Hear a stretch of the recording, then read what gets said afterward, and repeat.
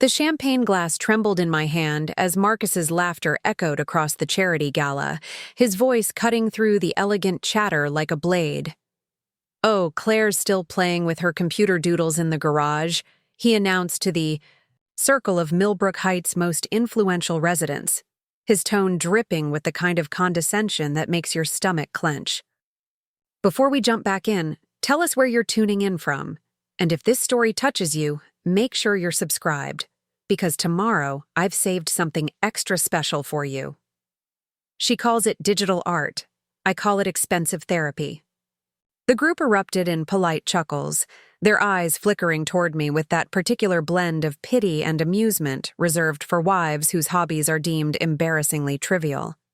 What they didn't know, what Marcus didn't know, was that I had spent the entire morning finalizing the sale of my digital art collection to a consortium of international collectors for $52 million. The contracts were signed, the wire transfers were pending, and in less than 24 hours, my little hobby would make us wealthier than everyone in this room combined. The evening had started like so many others in our perfectly curated life in Millbrook Heights. Marcus had insisted we attend the annual Grandview Country Club charity gala, not out of any genuine philanthropic impulse, but because the right people would be there. As a senior vice president at Pinnacle Financial, he treated every social gathering as a strategic networking opportunity, and I had long since accepted my role as the well-dressed, appropriately supportive wife who smiled at the right moments and never said anything too interesting. I had chosen my outfit carefully that morning, a midnight blue silk dress that complemented my auburn hair without being too attention-grabbing.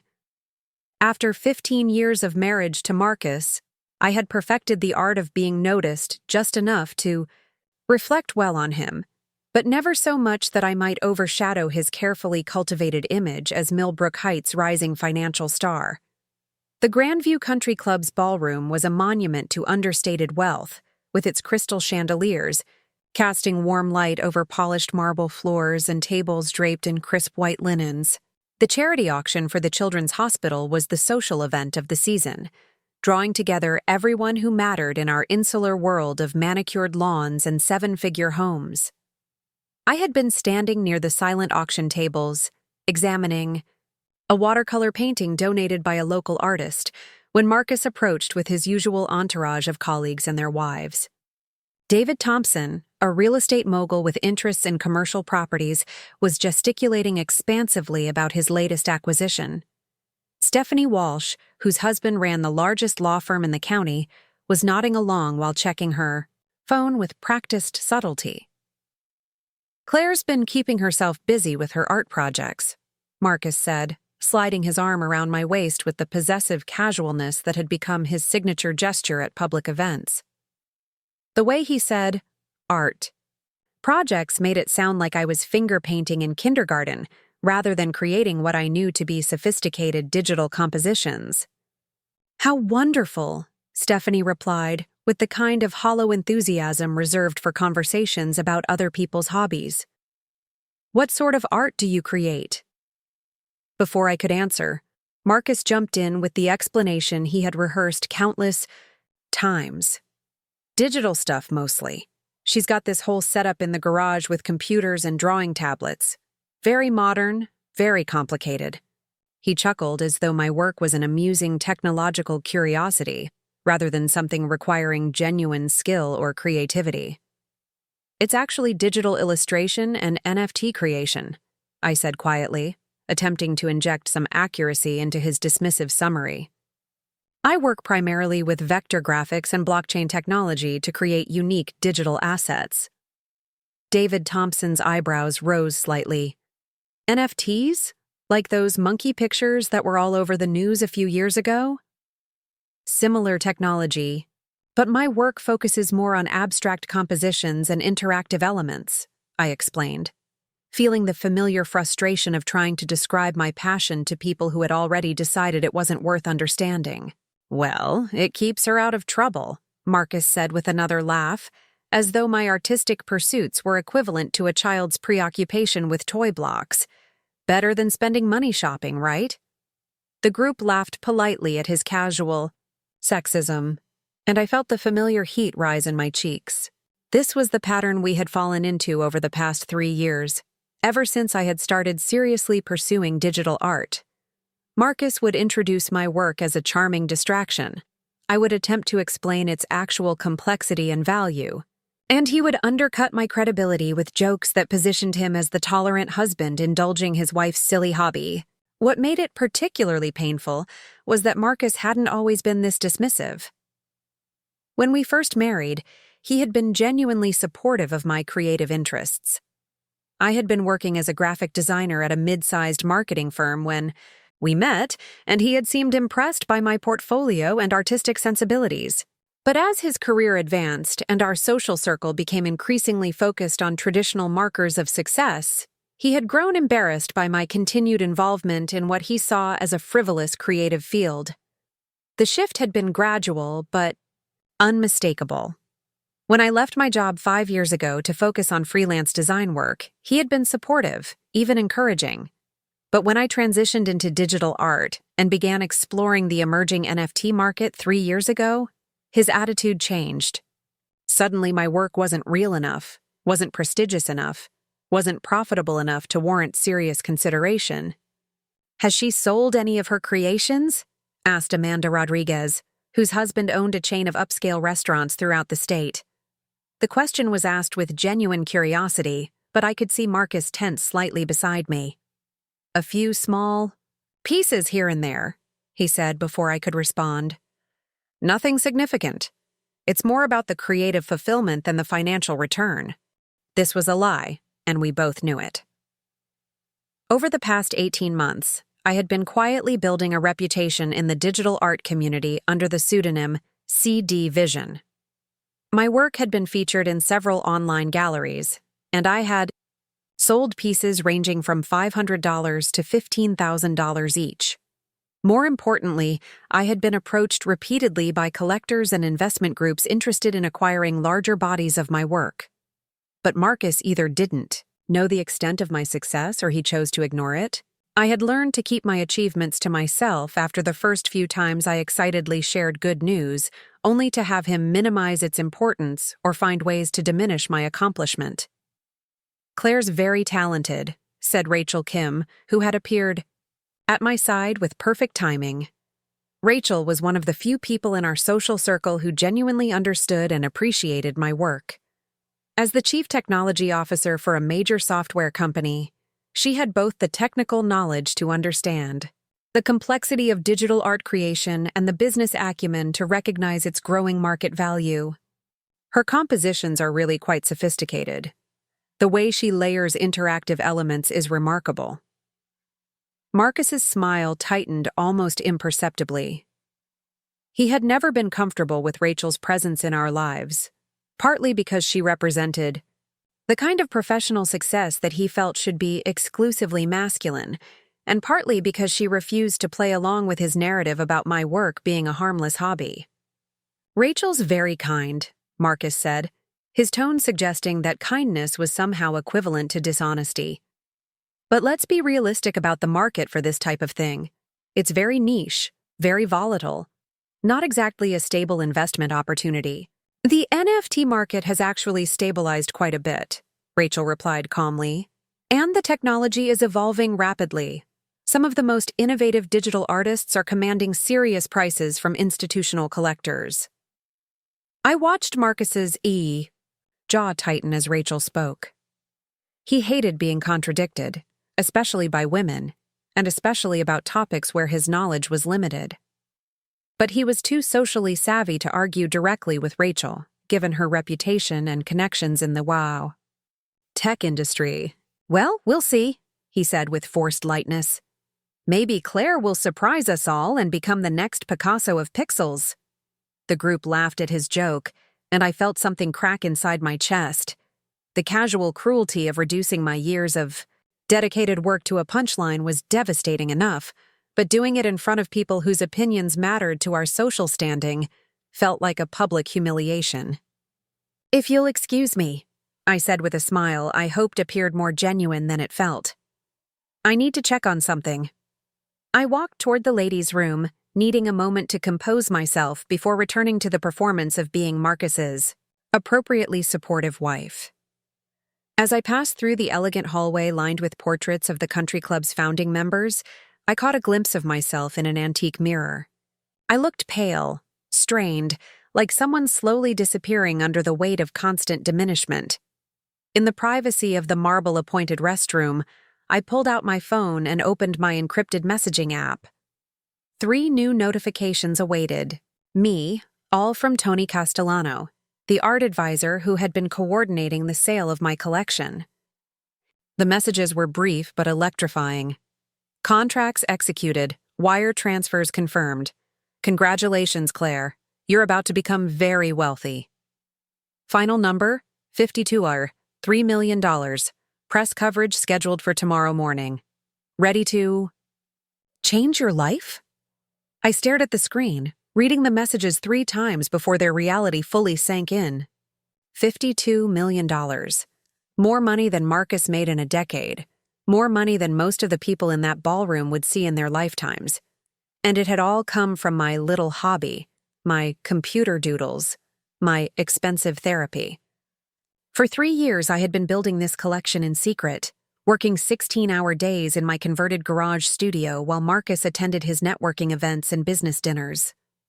I had taught myself advanced digital illustration techniques, studied blockchain technology until I understood it better than most tech professionals, and developed a unique artistic style that combined traditional compositional principles with cutting-edge interactive elements. Preparing and narrating this story took us a lot of time, so if you are enjoying it, subscribe to our channel. It means a lot to us. Now back to the story.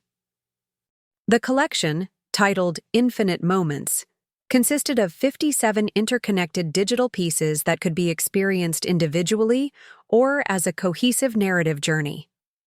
Each piece responded to viewer interaction in real time, creating unique experiences that could never be perfectly replicated.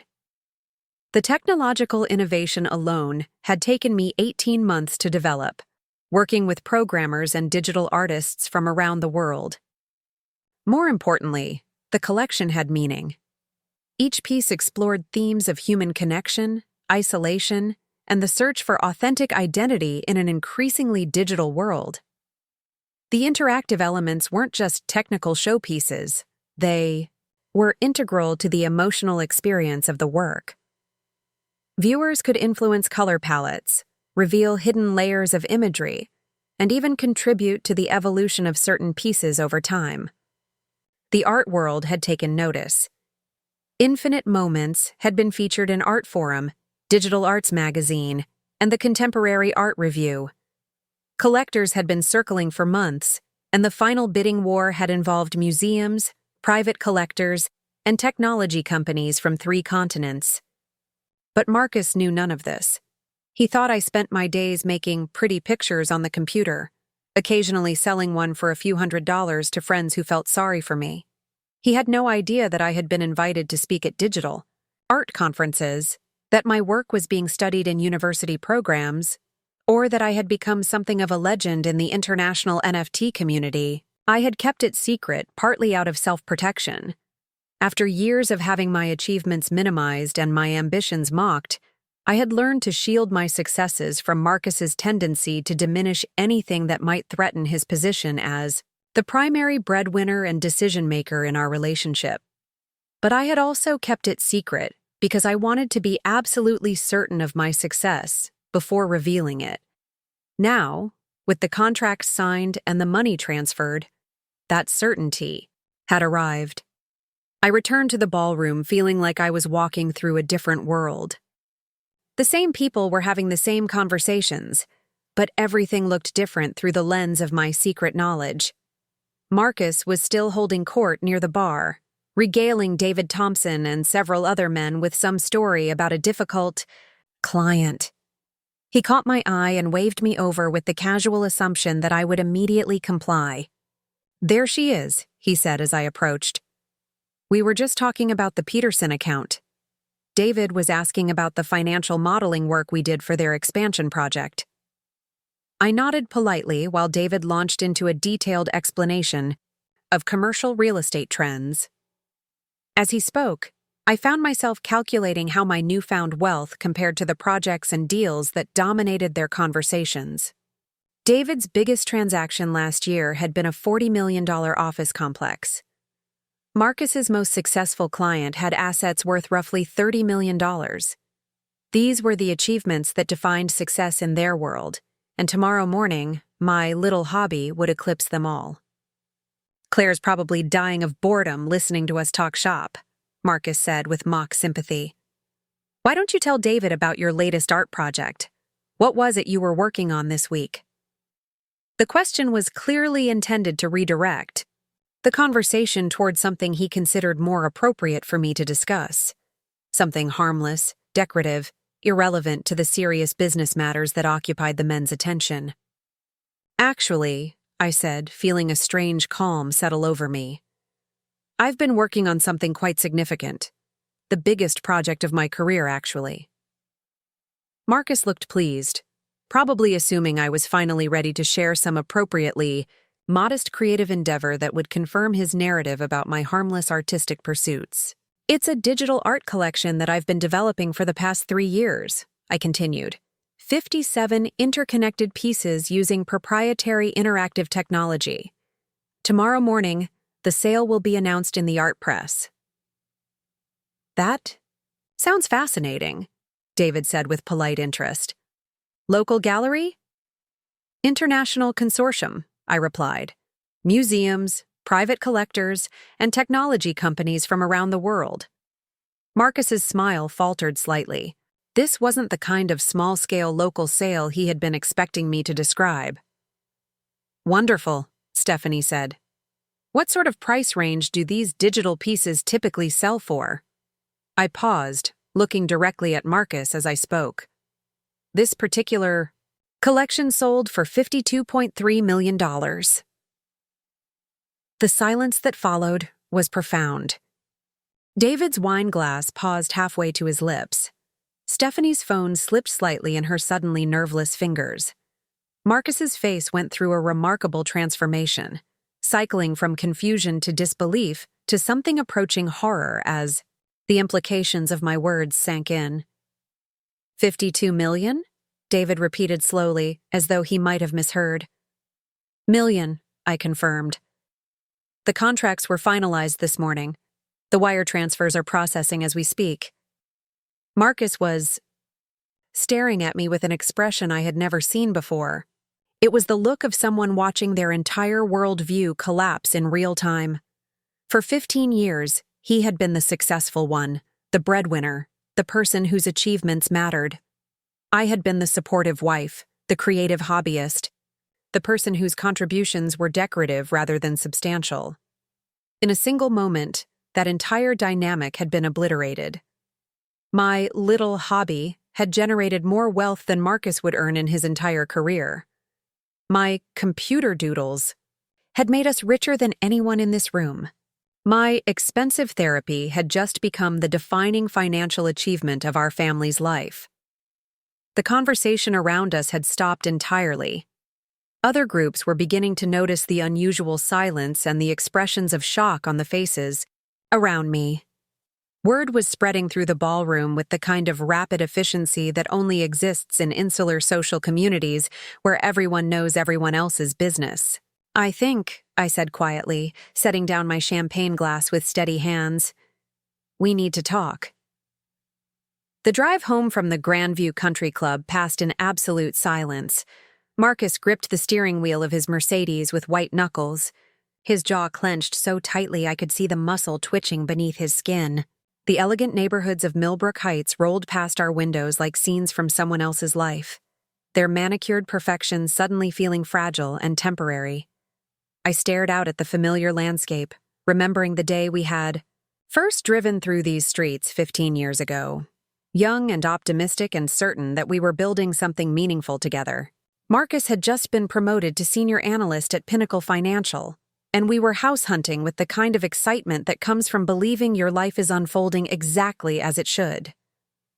The Victorian house on Elm Street had been our dream home then, With its wraparound porch and mature oak trees and the detached garage that Marcus had promised I could convert into an art studio someday. That someday had arrived 3 years ago, when I finally claimed the space and began the work that would change everything. Marcus pulled into our driveway and sat motionless for a long moment, staring at the garage where I had spent thousands of hours building my secret empire. The building looked innocent enough from the outside, painted the same crisp white as the main house, with flower boxes beneath the windows that I maintained to keep up appearances. No one would guess that behind those modest walls lay the most sophisticated digital art studio in the tri-state area. $52 million, he said finally, his voice hollow and strange. It was the first time either of us had spoken since leaving the country club. 52.3 million, I corrected gently. He turned to look at me then, and I saw something in his expression that I had never seen before. Fear. Not just surprise or confusion, but genuine terror at the implications of what I had revealed. "How is that possible?" he asked. "You work on a computer in the garage. You make pictures." I unbuckled my seatbelt and turned to face him fully. After years of hiding, minimizing, and allowing him to diminish my work, I was finally ready to tell him the complete truth. "I don't just make pictures, Marcus. I create interactive digital experiences using proprietary technology that I developed myself. The pieces respond to viewer input in real time, creating unique, unrepeatable, artistic moments. The technical innovation alone represents 3 years of 18-hour days and collaboration with programmers and digital artists from around the world." He stared at me as though I was speaking a foreign language. "But you never said. I thought it was just a hobby." "You made it very clear that you thought it was just a hobby," I replied. "Every time I tried to explain the complexity of what I was doing, you dismissed it. Every time I mentioned a sale or recognition, you minimized it. After a while, I stopped trying to share my successes with you." The truth was more complicated than that, but it was a place to start. The real story began 3 years ago, when I first discovered the emerging world of NFTs and blockchain-based art. I had been feeling increasingly isolated in my traditional graphic design work, creating marketing materials and corporate brochures that satisfied clients but left me creatively empty. I had stumbled across an article about digital artists selling their work for thousands of dollars using something called non-fungible tokens. The technology was new, controversial, and completely fascinating. Instead of dismissing it as a fad, I had spent 6 months learning everything I could about blockchain technology, smart contracts, and the emerging digital art marketplace. My background in graphic design gave me the technical skills to create sophisticated digital artwork, but I quickly realized that the most successful NFT artists weren't just making pretty pictures. They were creating new forms of artistic expression that could only exist in digital form, using the unique properties of blockchain technology to build scarcity, provenance, and interactivity into their work. I had converted the garage into a proper studio, installing professional lighting, multiple high-end computers, and specialized equipment for creating and displaying digital art. Marcus had barely noticed the transformation, assuming I was simply upgrading my hobby space. When packages arrived containing thousands of dollars worth of software and hardware, he never asked about the cost or the purpose. The learning curve had been steep. I had taught myself programming languages, studied color theory and composition with the intensity of a graduate student, and connected with digital artists and collectors around the world through online communities and virtual galleries. The art world I discovered was unlike anything I had experienced in traditional creative fields. It was global, democratic, and intensely focused on innovation and experimentation. My first sale had been a simple animated piece that I created as an experiment in viewer interactivity. The buyer paid $800, which seemed like a fortune at the time. Marcus had been pleased when I told him, treating it as confirmation that my hobby was finally generating some return on investment. But that first sale had opened doors I hadn't expected. The buyer was a collector who specialized in emerging digital artists, and he shared my work with other collectors and curators. Within 6 months, I was selling pieces regularly for prices that ranged from $2,000 to $8,000 each. More importantly, I was developing a reputation for technical innovation. My pieces weren't just visually striking. They pushed the boundaries of what was possible in digital art.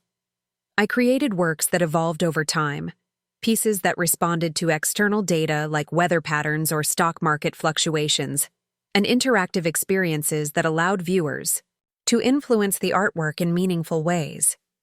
The pseudonym CD Vision had been necessary from the beginning. The digital art world was small and interconnected, and I didn't want my growing reputation to be complicated by my connection to Marcus and his corporate social circle. I also knew that Marcus would find ways to undermine my confidence if he truly understood the scope of what I was achieving. Under my pseudonym, I was free to take creative risks and engage with the art community as a serious professional. I spoke at conferences about the intersection of technology and creativity. I collaborated with museums on experimental digital exhibitions. I was profiled in art magazines and invited to participate in prestigious virtual galleries. All of this happened in parallel to my life as Marcus's wife in Millbrook Heights, where I continued to play the role of the woman whose creative pursuits were harmless and inconsequential. The compartmentalization had been exhausting, but it had also been necessary for my artistic development.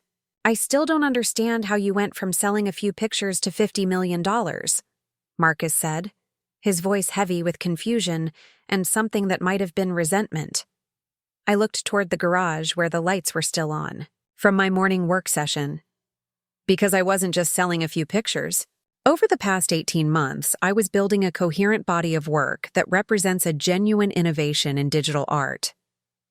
The Infinite Moments collection isn't just 57 individual pieces. It's a complete artistic statement that explores human connection and identity in the digital age. The collection had been my most ambitious project, requiring not just artistic vision, but significant technical development. Each piece in the series was designed to interact with the others, creating an ever-evolving network of visual and auditory experiences. Viewers could influence individual works, but their actions also affected the entire collection, creating a living artwork that could never be fully experienced the same way twice. The technical challenges had been immense. I had worked with blockchain developers to create smart contracts that governed the interactions between pieces. I had collaborated with sound designers to create audio elements that responded to visual changes.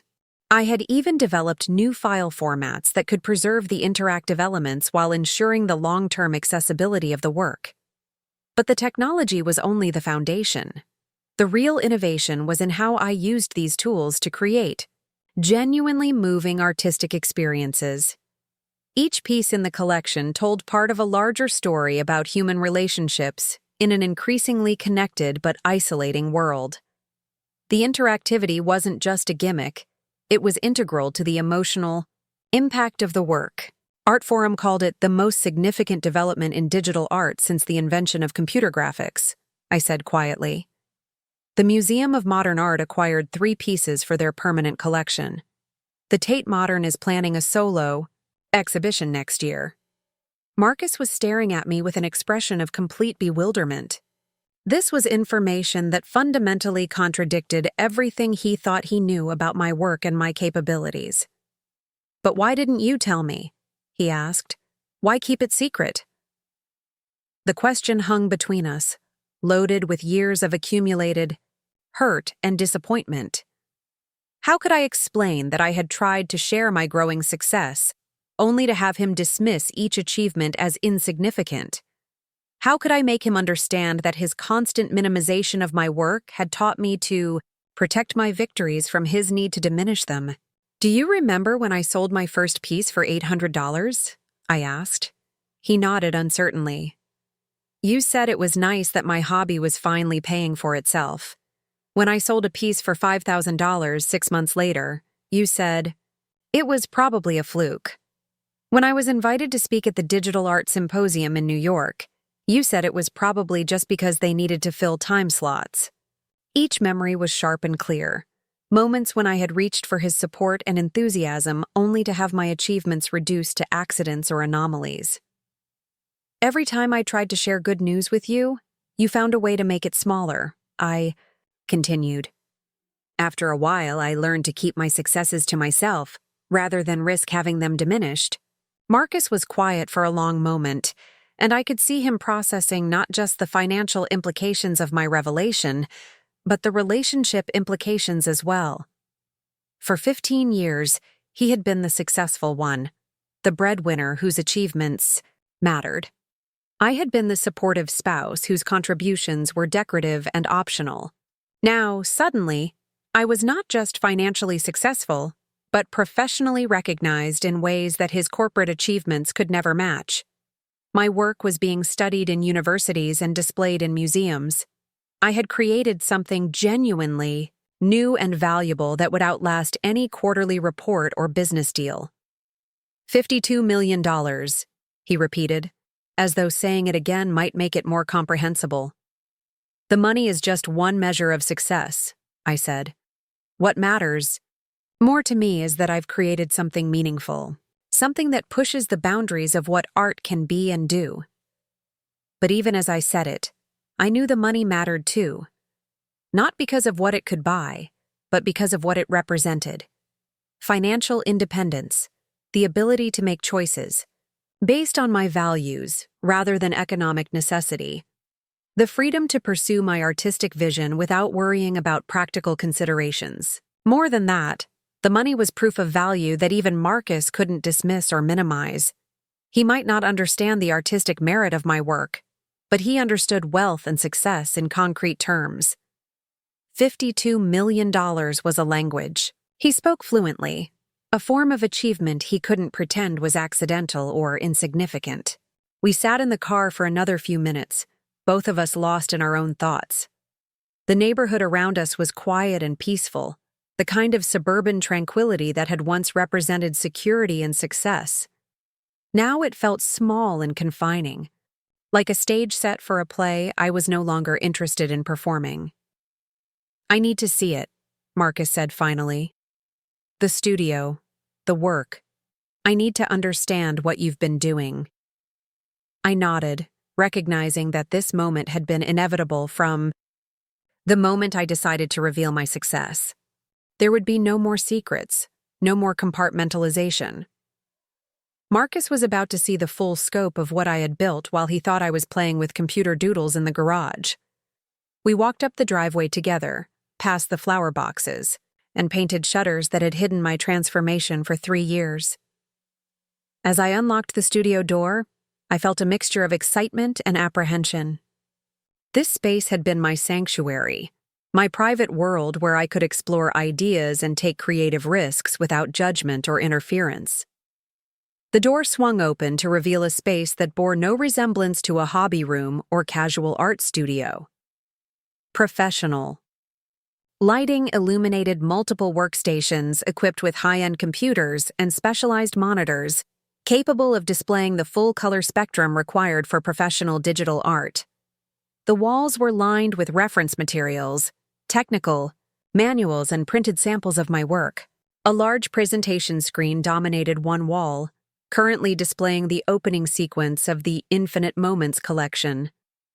Marcus stepped inside and stopped, turning slowly to take in the sophistication of the setup. This wasn't the amateur enthusiast space he had imagined. It was clearly the workshop of a serious professional, equipped with tools and technology that represented a significant investment of both money and expertise. "This is what you've been doing?" he asked, his voice barely above a whisper. I moved to the main computer and began pulling up files, showing him pieces from the collection that had just sold. On the large monitor, colors shifted and flowed in response to my input, creating patterns that seemed to breathe and pulse with their own internal rhythm. Each piece is essentially a computer program designed to create unique visual experiences. I explained, manipulating the interface to demonstrate the interactive elements. But instead of serving a utilitarian function, the programs are designed to evoke emotional responses and explore philosophical questions about consciousness, connection, and identity.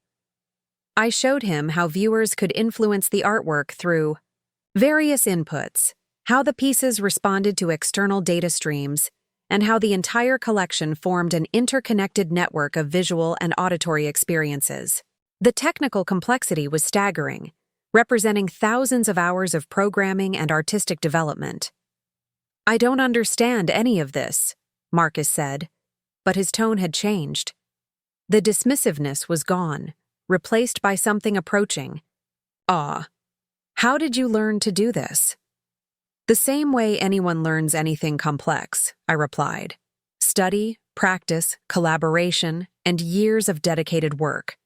I taught myself programming languages, studied color theory and composition, worked with technical consultants, and connected with other artists pushing similar boundaries."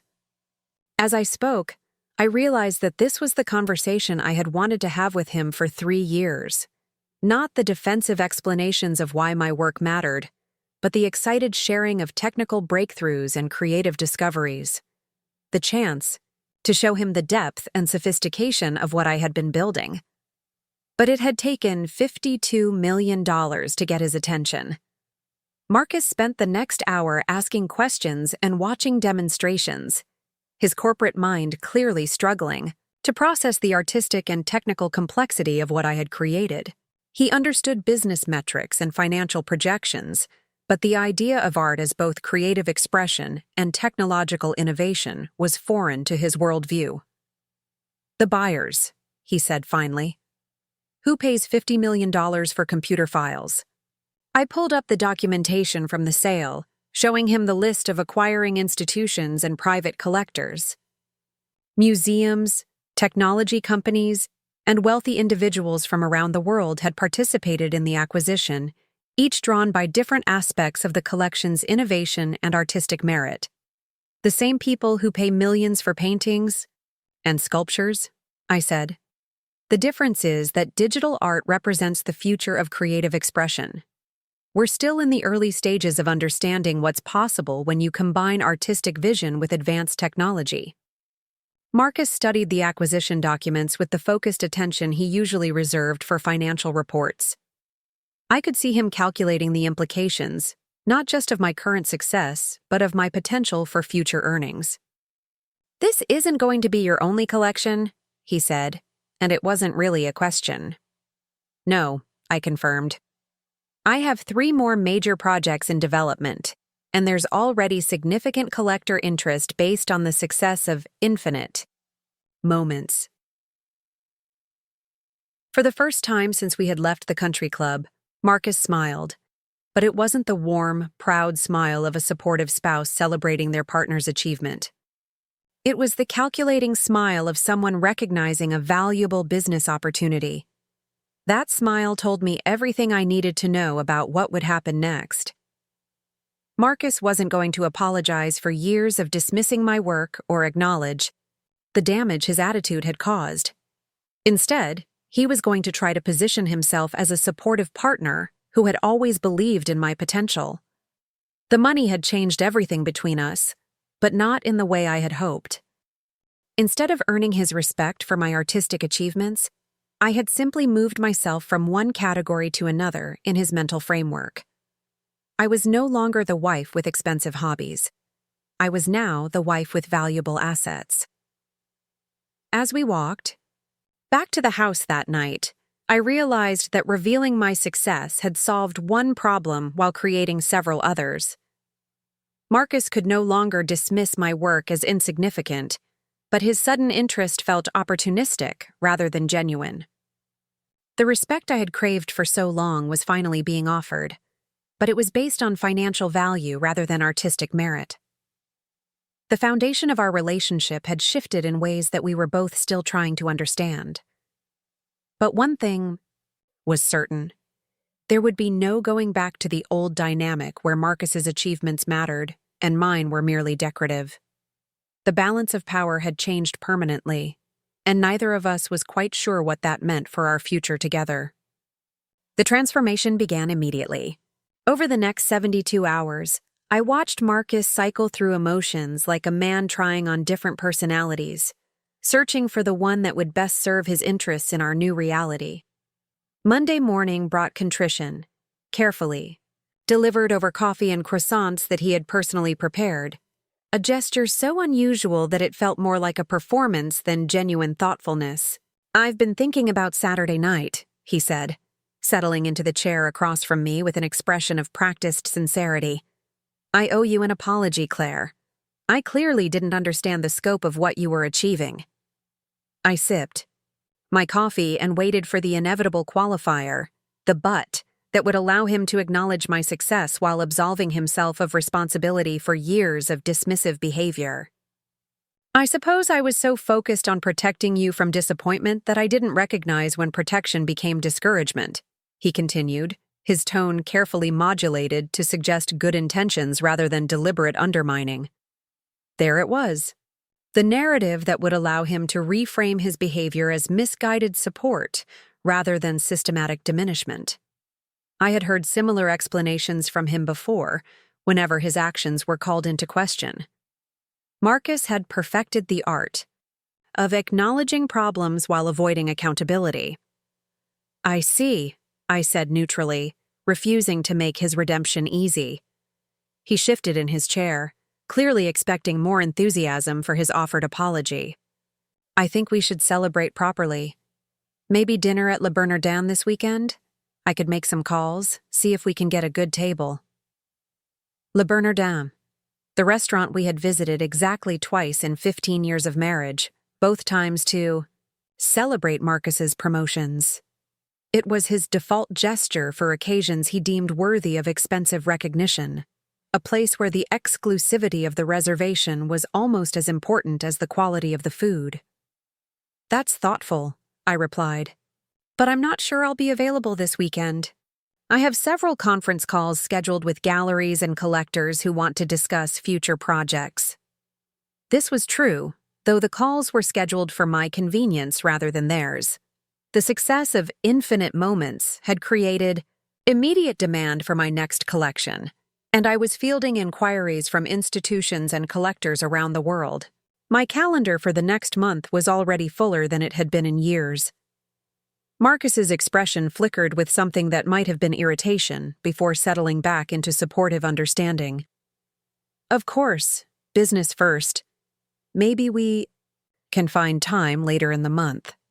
But I could see the calculations happening behind his eyes. In the old dynamic, my schedule would have been automatically subordinate to his plans. If Marcus wanted to celebrate with dinner at an expensive restaurant, I would have rearranged whatever conflicts existed to accommodate his timeline. Now, suddenly, my professional commitments took precedence, and he was the one adjusting his expectations. Tuesday brought a different approach.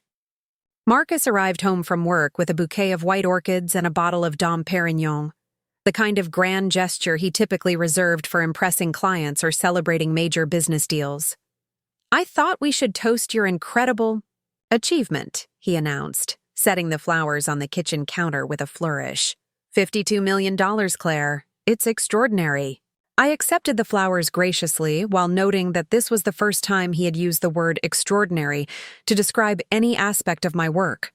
For 3 years, my digital art had been nice, or interesting, or a good way to stay busy.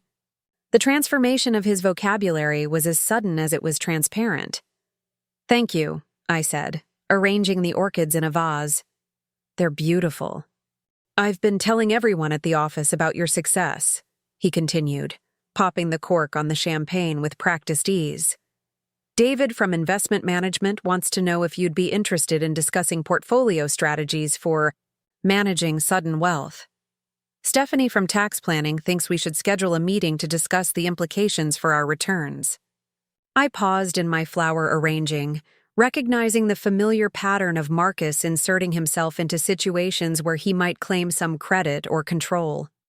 Within 48 hours of learning about my success, he was already positioning himself as my financial advisor and career manager. "I appreciate the offers," I said carefully, "but I already have financial advisors and tax specialists who understand the art market. Tony Castellano recommended them when we were structuring the sale." Marcus's smile tightened almost imperceptibly. Tony Castellano was the art advisor who had coordinated the acquisition of my collection, a man whose expertise and connections Marcus couldn't match or replicate. The existence of an entire professional support system that Marcus knew nothing about was clearly unsettling to him. "Of course," he said, pouring champagne into 2 crystal flutes. "Though it might be worth getting a second opinion from people who understand our broader financial picture." Our broader financial picture.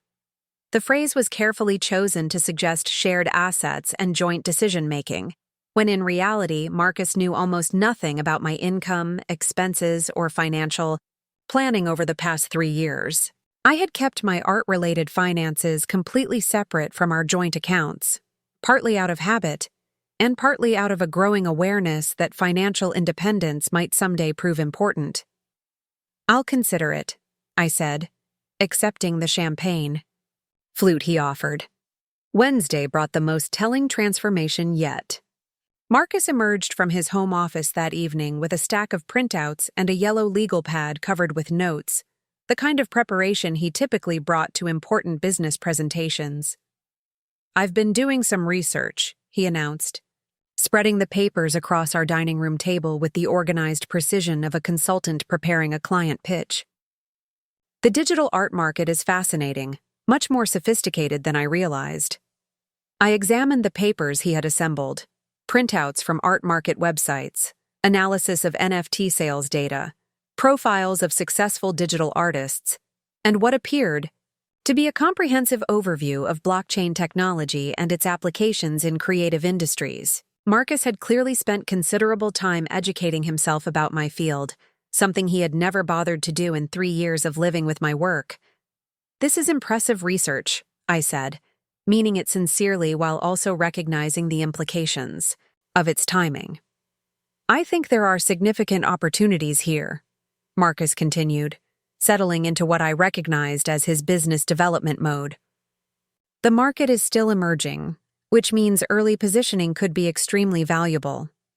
Have you considered developing a more systematic approach to production and marketing?" I set down my wine glass and studied his earnest expression. "What kind of systematic approach?" "Well, look at this," he said, pointing to a chart showing NFT sales volumes over the past year. "There are clear patterns in what sells and what doesn't. Price points, artistic styles, marketing strategies. If we could analyze your most successful pieces and identify the common elements, we could potentially optimize future production for maximum market impact."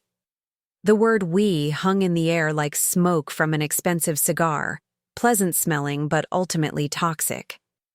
Marcus was proposing to apply business analytics to my artistic process, to reduce the creative exploration and emotional authenticity of my work, to market research and profit optimization. "Art isn't really a systematic process," I said gently. "The pieces that resonate most strongly are usually the ones that come from genuine creative impulses, rather than market calculations." "But surely there's room for both," Marcus replied, his enthusiasm undimmed by my lukewarm response. "Creative integrity and smart business practices don't have to be mutually exclusive. Some of the most successful artists in history were also savvy about marketing and positioning." He wasn't wrong, exactly. Many great artists had been thoughtful about the commercial aspects of their work. But Marcus's sudden interest in optimizing my artistic production felt less like supportive partnership and more like a hostile takeover attempt. "I'll think about it," I said, using the same diplomatic non-commitment I had offered to his previous suggestions. But that night, lying in bed while Marcus slept beside me, I found myself thinking about more than just his business proposals. I was thinking about the fundamental shift that had occurred in our relationship dynamic and what it meant for our future together. For 15 years, Marcus had been the primary breadwinner, the spouse whose career took precedence when we made major decisions. Where we lived, how we spent our money, which social events we attended, even how we allocated our time. All of these choices had been implicitly structured around supporting Marcus's professional advancement and maintaining his position in the corporate hierarchy that defined our social world. I had accepted this arrangement partly because it seemed natural, and partly because I lacked the financial independence to challenge it effectively. Even when I was working as a graphic designer, my income was significantly less than Marcus's, which gave him de facto authority over major decisions. When I transitioned to freelance work and then to digital art, the income differential became even more pronounced, effectively cementing his role as the decision-maker in our household. Now suddenly those roles had reversed. My artistic work had generated more wealth than Marcus would earn in his entire career, and my professional reputation was growing in ways that transcended simple financial success. Museums were acquiring my work for their permanent collections. Universities were developing curricula around the techniques I had pioneered. I was being invited to speak at conferences and contribute to academic publications about the future of digital art. Marcus's corporate success, while significant within his industry, couldn't compete with that kind of cultural impact. He could make senior vice president or even partner at Pinnacle Financial, but he would never create something that fundamentally changed how people thought about creativity and technology. The realization was both liberating and terrifying. For the first time in our marriage, I had the financial freedom to make choices based on my own values and priorities rather than economic necessity. I could pursue artistic projects that interested me regardless of their commercial viability. I could travel, collaborate with other artists, even relocate to a different city if it would advance my creative development. But I could also end my marriage. The thought arrived unbidden and unwelcome, but once it had formed, I couldn't dismiss it. The money had given me options I had never possessed before, including the option to leave a relationship that had become increasingly unsatisfying and constraining. I wasn't ready to make that choice yet, but the knowledge that I could make it changed everything. Marcus's sudden attentiveness and interest in my work felt different when viewed through the lens of financial independence. His apologies seemed more strategic than sincere, his suggestions more controlling than collaborative. Thursday morning brought confirmation of my growing suspicions about Marcus's motivations. I was working in my studio when he appeared in the doorway with his laptop and a cup of coffee, settling into the spare chair I kept for the rare occasions when I had visitors. "Do you mind if I work out here this morning?" he asked with studied casualness. "The lighting is better than my office, and I need to review some presentations." I glanced up from my computer, where I was developing preliminary concepts for my next collection. Marcus had never shown any interest in spending time in my studio, had barely set foot in the space until 3 days earlier. His sudden desire to work alongside me felt less like companionship and more like surveillance. "Of course," I said, curious to see what he was actually planning to do. For the next hour, Marcus made a show of working on his laptop while periodically asking questions about my process, my technology, and my plans for future projects. The questions were casual and apparently innocent, but I recognized the pattern from his business development work. He was conducting research, gathering information that could be useful for his own purposes. "The interactive elements are particularly impressive," he said during one such interruption. "Have you considered licensing the technology to other artists or institutions?" I saved my work and turned to face him directly. "Marcus, what are you really doing here?" He looked up from his laptop with an expression of innocent confusion. "I'm working and learning about your process. I thought you'd appreciate the interest." "Your interest seems very focused on the commercial applications of my work," I observed. Are you planning to propose some kind of business partnership? Marcus closed his laptop and leaned back in his chair, apparently recognizing that subtlety was no longer serving his purposes. I think there are opportunities here that you might not be seeing. Your artistic vision is extraordinary, but business development isn't your area of expertise. We could be a powerful team if we combined your creative talents with my strategic thinking. There it was. The proposal I had been expecting since Tuesday night, delivered with the confidence of someone who believed he was offering me something valuable rather than trying to claim ownership of my success. What kind of partnership did you have in mind? I asked, genuinely curious about how he would frame his proposal. I could handle the business side while you focus on the creative work, Marcus said, warming to his pitch. Marketing, negotiation, strategic planning, relationship management. All the aspects that take time away from your artistic development. It was a reasonable-sounding proposal that would have positioned Marcus as my business manager and given him significant control over my career and finances. From his perspective, it probably seemed like a generous offer to share his expertise and connections for our mutual benefit. From my perspective, it looked like an attempt to insert himself into my success story and claim partial credit for achievements he had previously dismissed as worthless. I appreciate the offer, I said carefully, but I already have professional representation for those aspects of my career. Tony Castellano and his team handle marketing and sales, and I have legal and financial advisors who specialize in art market transactions. Marcus's expression shifted almost imperceptibly, revealing a flash of frustration before settling back into supportive understanding. Of course. Though it might be worth considering whether outside representation really understands your best interests the way family would. Family. The word was loaded with implications about loyalty, shared interests, and mutual obligation. Marcus was suggesting that blood relation made him more trustworthy than experienced professionals, despite having no relevant expertise and a track record of dismissing my work. I'll think about it, I said, returning to my computer screen, in a gesture of polite dismissal. But Marcus didn't take the hint. Instead, he reopened his laptop and continued his surveillance, asking questions and taking notes while maintaining the pretense of working on his own projects. I found his presence increasingly distracting and intrusive, but I wasn't ready for the confrontation that asking him to leave would inevitably provoke. That afternoon, while Marcus was at the office, I called Rachel Kim and asked if she could meet for coffee. Rachel had been the only person at the country club who had genuinely understood and appreciated my work, and I needed perspective from someone who wasn't financially or emotionally invested in my success.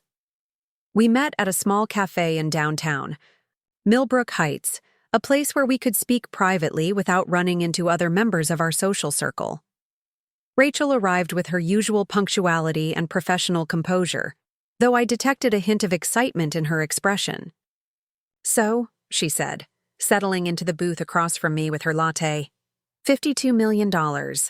I have to admit, even I didn't see that coming. I laughed for what felt like the first time in days.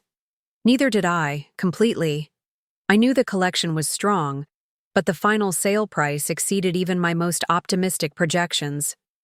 How is Marcus handling it? Rachel asked, and her tone suggested she already suspected the answer might be complicated. I spent the next 20 minutes describing Marcus's transformation over the past week, from his careful apologies to his business, proposals to his sudden interest in spending time in my studio.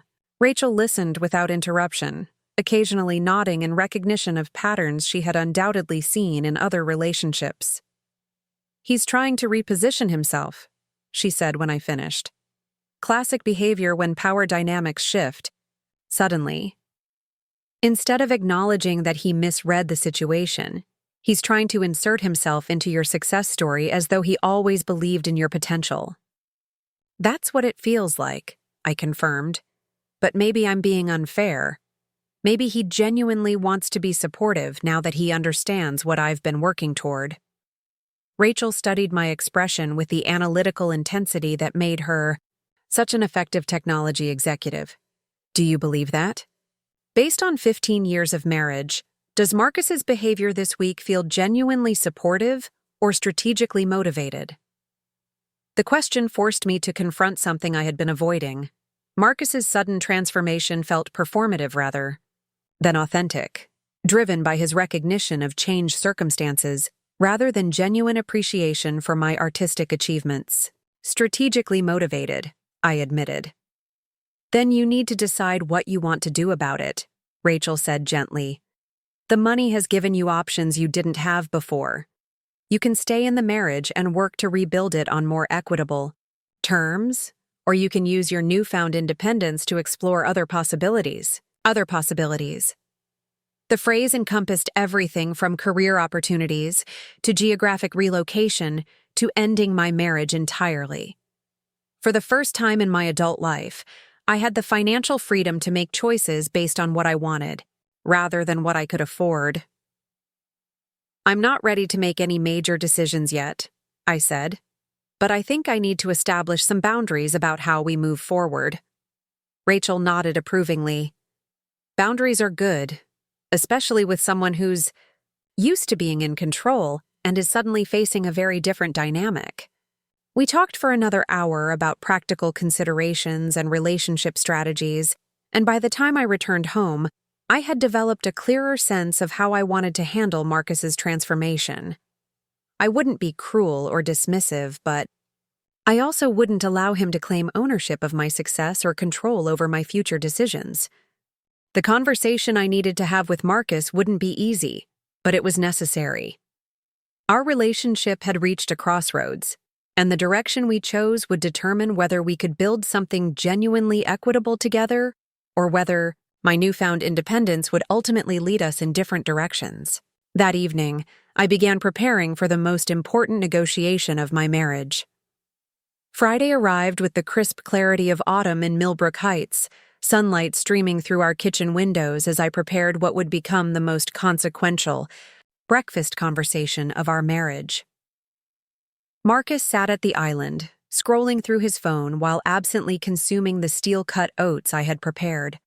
His attention focused on financial news and market reports that suddenly seemed smaller and less significant than they had a week earlier. I had spent most of the previous night rehearsing what I needed to say, finding the balance between honesty and kindness that would allow us to move forward with clarity rather than resentment. The revelation at the country club had changed the fundamental dynamics of our relationship, but we hadn't yet addressed what that transformation meant for our future together. Marcus, I said, setting down my coffee cup with deliberate precision, we need to have a serious conversation about where we go from here. He looked up from his phone, and I saw him register the gravity in my tone. Over 15 years of marriage, he had learned to recognize the difference between casual discussion and significant dialogue, and something in my expression clearly signaled that this would be the latter. Of course, he said, setting aside his phone and giving me his full attention for the first time in days. What's on your mind? I had decided to begin with appreciation rather than criticism, to acknowledge the positive aspects of our relationship, before addressing the problems that needed to be resolved. I want you to know that I value what we've built together, I began, choosing my words carefully. 15 years of marriage means something, and I don't want to dismiss the good things. We've shared simply because we're facing some challenges now. Marcus nodded, though I could see tension gathering in his shoulders as he prepared for whatever criticism might follow my diplomatic opening. But I also need you to understand that something fundamental has changed between us, I continued. Not just because of the money, but because of how the past week has revealed some patterns in our relationship that I can no longer ignore.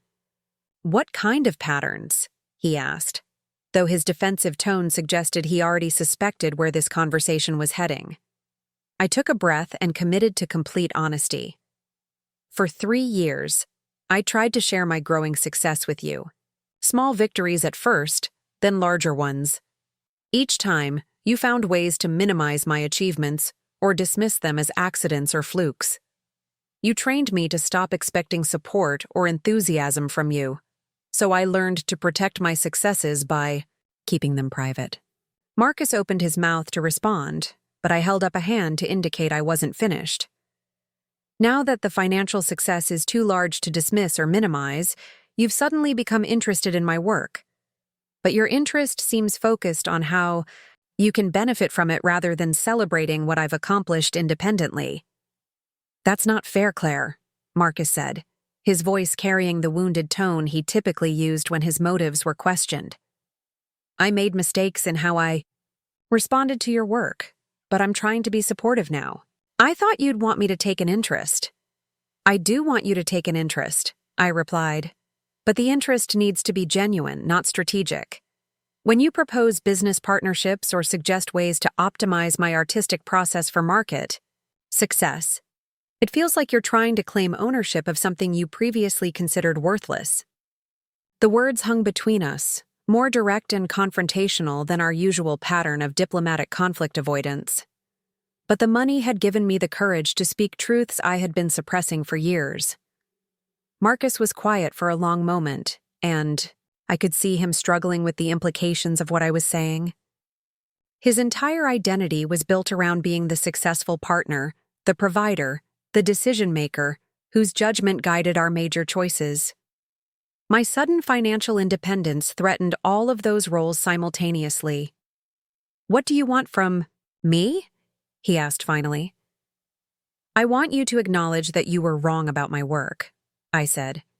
"Not just mistaken or protective, but genuinely wrong in your assessment of its value and potential. I want you to recognize that your dismissive attitude caused real damage to our relationship and to my confidence as an artist."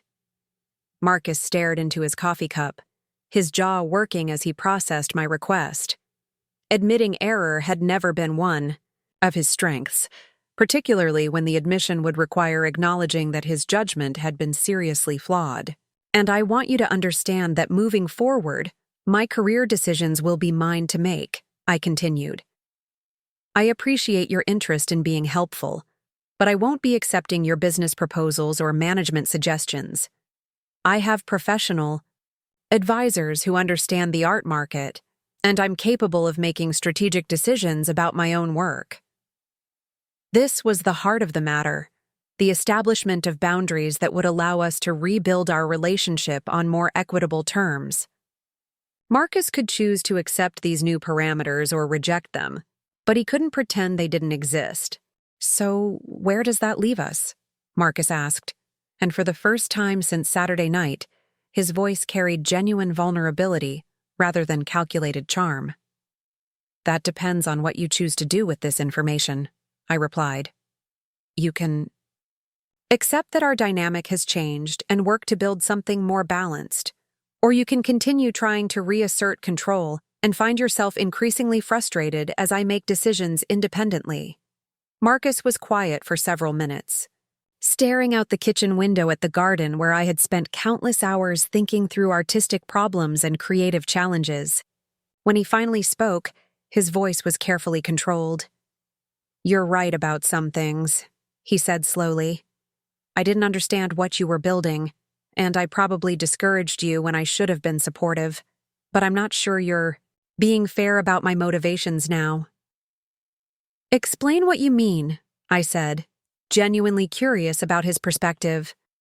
"When someone you love suddenly achieves extraordinary success, it's natural to want to be part of that success," Marcus said. "Not to claim credit, but to contribute in whatever way you can. Maybe I went about it wrong, but the impulse came from wanting to share in your achievement, not control it." It was a more thoughtful response than I had expected, and I could hear genuine emotion beneath his careful phrasing. But it also revealed the fundamental misunderstanding that would need to be addressed before we could move forward. "The problem is that you want to share in the success without having shared in the struggle," I said gently. "For 3 years, I worked 18-hour days, taught myself new technologies, connected with artists and collectors around the world, and built a reputation entirely on my own. You didn't just fail to support that process. You actively undermined my confidence by dismissing it as unimportant." Marcus flinched at the directness of my assessment, but he didn't argue with its accuracy. Now that the work has proven valuable, you want to become my partner and advisor, I continued. But partnership requires mutual respect and shared sacrifice, not just shared benefits. You can't skip the hard parts and show up for the rewards. So what are you saying? Marcus asked. That there's no path forward for us? I'm saying that if you want to be part of my success going forward, you need to earn that privilege through genuine support and respect for my autonomy, I replied. Not through business proposals or management strategies, but through acknowledging my capabilities and trusting my judgment. We talked for another hour, working through the practical implications of our changed dynamic. Marcus would stop proposing business partnerships and strategic interventions. I would make my own decisions about future projects, representation, and career direction. We would both work to rebuild trust and communication, but on the understanding that our relationship was now between equals rather than between a primary breadwinner and a dependent spouse. It wasn't a complete resolution, but it was a foundation for moving forward. Marcus agreed to the boundaries I had established, though I could see him struggling with the loss of control and influence that those boundaries represented. For my part, I committed to being open about my work and decisions while maintaining my right to make choices independently. The conversation concluded with a tentative peace rather than a triumphant reconciliation, but it felt like progress nonetheless. We had addressed the fundamental issues directly rather than allowing them to fester beneath the surface of polite accommodation. That afternoon, while Marcus was at the office, I received a call that would test our new understanding sooner than expected. Tony Castellano was calling with news about an opportunity that would require a significant decision about my future direction. "Claire, I hope you're sitting down," Tony said, his voice carrying the excitement of someone delivering extraordinary news. "I just received a call from the Guggenheim. They want to discuss a major solo exhibition for next year, potentially your largest showing to date." I felt my pulse quicken as Tony described the proposal. The Solomon R. Guggenheim Museum was offering me a 6-month solo exhibition that would occupy their entire contemporary gallery space. The show would feature not only existing works, but also several new pieces created specifically for the museum's unique architecture. It would be accompanied by a major catalog, an educational program, and international publicity that could establish me as one of the most important digital artists of my generation. "The timeline is aggressive," Tony continued. "They want to finalize the agreement within 2 weeks, and the new pieces would need to be completed within 8 months. It would require an enormous commitment of time and energy, but the career impact would be transformational." I spent 20 minutes discussing the details with Tony, exploring the technical requirements, the creative opportunities, and the logistical challenges of such an ambitious project. By the time we concluded the call, I knew I wanted to accept the exhibition offer, but I also knew it would require significant changes to my life and schedule. The Guggenheim project would demand my complete artistic focus for the better part of a year. I would need to travel frequently for planning meetings and technical consultations. I might even need to relocate temporarily to New York to oversee the installation and opening events. It was exactly the kind of career-defining opportunity that Marcus and I would have discussed extensively under our old dynamic, with his input weighing heavily in my decision-making process. Under our new arrangement, however, the choice was mine to make independently. When Marcus returned home that evening, I was already deep into preliminary sketches for the Guggenheim pieces, exploring how my interactive digital work might respond to the museum's famous spiral architecture. He found me in the studio, surrounded by reference materials and technical specifications, working with the kind of focused intensity that had produced my most successful pieces. "Big project?" he asked, settling into the spare chair with genuine curiosity rather than the investigative agenda that had characterized his recent visits to my workspace. "Potentially," I replied, saving my work and turning to face him. "The Guggenheim wants to do a major solo exhibition." 6 months. The entire contemporary gallery space. New pieces created specifically for their architecture. Marcus's eyebrows rose in recognition of the significance of such an offer. The Guggenheim was one of the most prestigious museums in the world, and a solo exhibition there would represent the kind of career achievement that most artists could only dream about. "That's incredible, Claire," he said, and for the first time in years, his enthusiasm seemed completely genuine. "When would it happen?" "Next year, if I accept," I said. "The timeline is aggressive, and it would require significant changes to how I work and where I spend my time. I might need to be in New York for extended periods during the installation and opening." I watched Marcus process the implications of what I was describing. A year-long project that would require frequent travel and potentially temporary relocation represented exactly the kind of major life decision that we would have made together under our old arrangement. Now I was presenting it as information rather than seeking his permission or approval. "Are you going to accept?" he asked, and I could hear him working to keep any hint of expectation or pressure out of his voice. "Yes," I said simply.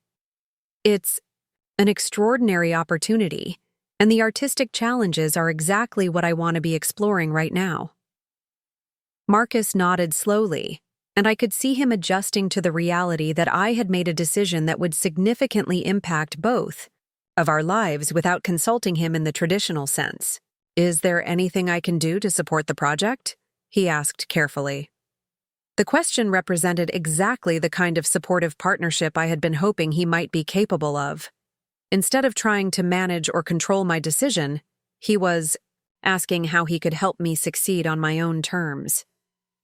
"Actually, yes," I said, feeling a spark of hope about our potential to rebuild our relationship on healthier foundations. "The project will require a lot of travel and some irregular schedules. Having your support and understanding during that process would mean a great deal to me." "You have it," Marcus said without hesitation. "This is your moment, Claire. I want you to make the most of it." For the first time in days, his words felt completely sincere rather than strategically calculated. It was a small moment, but it suggested that Marcus might be capable of the genuine partnership I had been seeking. The evening proceeded with more ease and authentic communication than we had shared in months. Marcus asked thoughtful questions about the technical challenges of adapting my work to the Guggenheim space, and I found myself explaining my artistic vision with the enthusiasm I usually reserved for conversations with fellow artists or curators. As we prepared for bed that night, I felt cautiously optimistic about our ability to navigate this new phase of our relationship. The boundaries I had established that morning seemed to be creating space for more genuine interaction rather than the strategic maneuvering that had characterized Marcus's behavior over the past week. But the real test would come over the following months, as the demands of the Guggenheim project required me to make numerous independent decisions about travel, scheduling, and creative priorities. Our conversation had established the framework for moving forward, but the actual work of rebuilding trust and communication was only beginning. The money had given me the freedom to pursue opportunities like the Guggenheim exhibition without worrying about financial consequences. But it had also forced both Marcus and me to confront fundamental questions about power, respect, and autonomy in our marriage.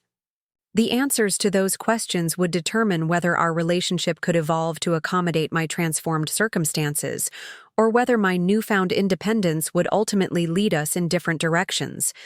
As I fell asleep that night, I felt grateful for the clarity that had emerged from our difficult conversation, even though I knew the hardest work lay ahead. The revelation of my success had exposed problems that had been festering beneath the surface of our relationship for years, but it had also created opportunities for growth and change that hadn't existed before. Whether Marcus and I could build something stronger and more equitable from the ruins of our old dynamic remained to be seen. But for the first time in years, I felt hopeful about the possibility of authentic partnership based on mutual respect, rather than economic dependency. The morning would bring new challenges and decisions.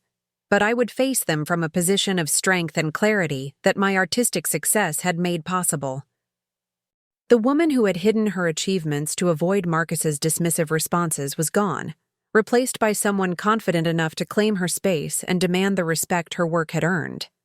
The transformation was far from complete, but the foundation had been laid for whatever came next. Part 4. The Revelation. 3 weeks later, I stood in the gleaming lobby of the Pinnacle Tower, waiting to meet Marcus for what he had described as an important lunch with key colleagues. The invitation had arrived that morning via text message, casual and brief, but something in his tone suggested this wasn't simply another routine business meal. I had spent the morning in my studio, working on preliminary concepts for the Guggenheim exhibition, when Marcus called to ask if I could join him downtown for lunch. The request was unusual. He rarely invited me to business-related events, and when he did, the invitations came with much more advance notice and detailed explanations. Nothing formal, he had assured me over the phone. Just a few people from the office who are curious to meet the artist behind all the headlines. Headlines. The word had caught my attention because it suggested that news of my success had spread beyond our immediate social circle. When I pressed him for details, Marcus had been evasive, saying only that word was getting around and people were interested in learning more about my work. Now, standing in the marble-clad lobby of Pinnacle Financial's headquarters, I was beginning to suspect that Marcus's casual lunch invitation might be something more calculated than he had suggested. The building hummed with the kind of expensive energy that came from concentrating significant wealth and power in a single location, and I felt underdressed despite having chosen my outfit carefully. Marcus appeared from the elevator bank at precisely noon, dressed in his best suit and wearing the confident smile he reserved for important client meetings. He embraced me warmly, but I detected a nervousness beneath his polished exterior that suggested this lunch was more significant than he had initially indicated. "You look beautiful," he said, stepping back to assess my appearance with the critical eye he typically reserved for business presentations. "Perfect choice for today." The comment confirmed my suspicion that this lunch was being staged for a specific purpose, though I still wasn't certain what that purpose might be. Marcus had clearly given thought to how I should be presented to whoever we were meeting, which suggested that my appearance at this lunch was intended to accomplish something beyond casual social interaction. "Who exactly are we meeting?" I asked as we walked toward the elevator. "Senior partners mostly," Marcus replied, his tone carrying the studied casualness that meant he was omitting important details. "People who have been following your success with great interest." The elevator carried us to the 37th floor, where Pinnacle Financial's executive dining room occupied a corner space with panoramic views of the city. The room was elegant in the understated way that signaled serious money: thick carpets, dark wood paneling, and artwork that had clearly been selected by professional consultants rather than personal taste. A small group was already assembled, around a table set for 8, and I recognized several faces from various social events over the years. These were the senior partners and managing directors who represented the top tier of Pinnacle's hierarchy, people whose approval and support were crucial to Marcus's continued advancement within the firm. "Claire, you remember Jonathan Webster," Marcus said, introducing me to a distinguished man in his 60s whom I recalled from several charity galas. Jonathan was one of Pinnacle's founding partners, with a reputation for both financial acumen and cultural sophistication. "Of course," I replied, accepting Jonathan's warm handshake. "Wonderful to see you again." "The pleasure is entirely mine," Jonathan said with what appeared to be genuine enthusiasm. "I have to confess, I've been following your artistic success with tremendous interest. Marcus has been keeping us updated on your achievements." This was news to me. Marcus had never mentioned discussing my work with his colleagues, and I wondered what version of my success story he had been sharing with the Pinnacle leadership team. As we were seated and introductions continued around the table, I began to understand the true purpose of this lunch. Each person present held significant influence within Pinnacle Financial, and several made comments suggesting they had been briefed extensively about my recent sale and upcoming Guggenheim exhibition. $52 million, said Patricia Chen, a managing director who specialized in high-net-worth client relationships. In the art world, that represents serious institutional recognition. Museums and collectors don't invest at that level, unless they're confident about long-term cultural significance. The technology aspects are particularly fascinating, added Robert Walsh, whose wealth management division served many of the region's most affluent families. Digital art represents the intersection of creativity and innovation in ways that traditional media simply can't match. I found myself engaged in an increasingly sophisticated conversation about art market trends, the role of technology in contemporary creativity, and the investment potential of digital assets. These weren't casual questions from people making polite conversation.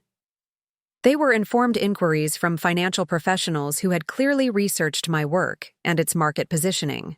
As the conversation progressed, I began to realize that Marcus had orchestrated this lunch for reasons that went beyond simple social introduction.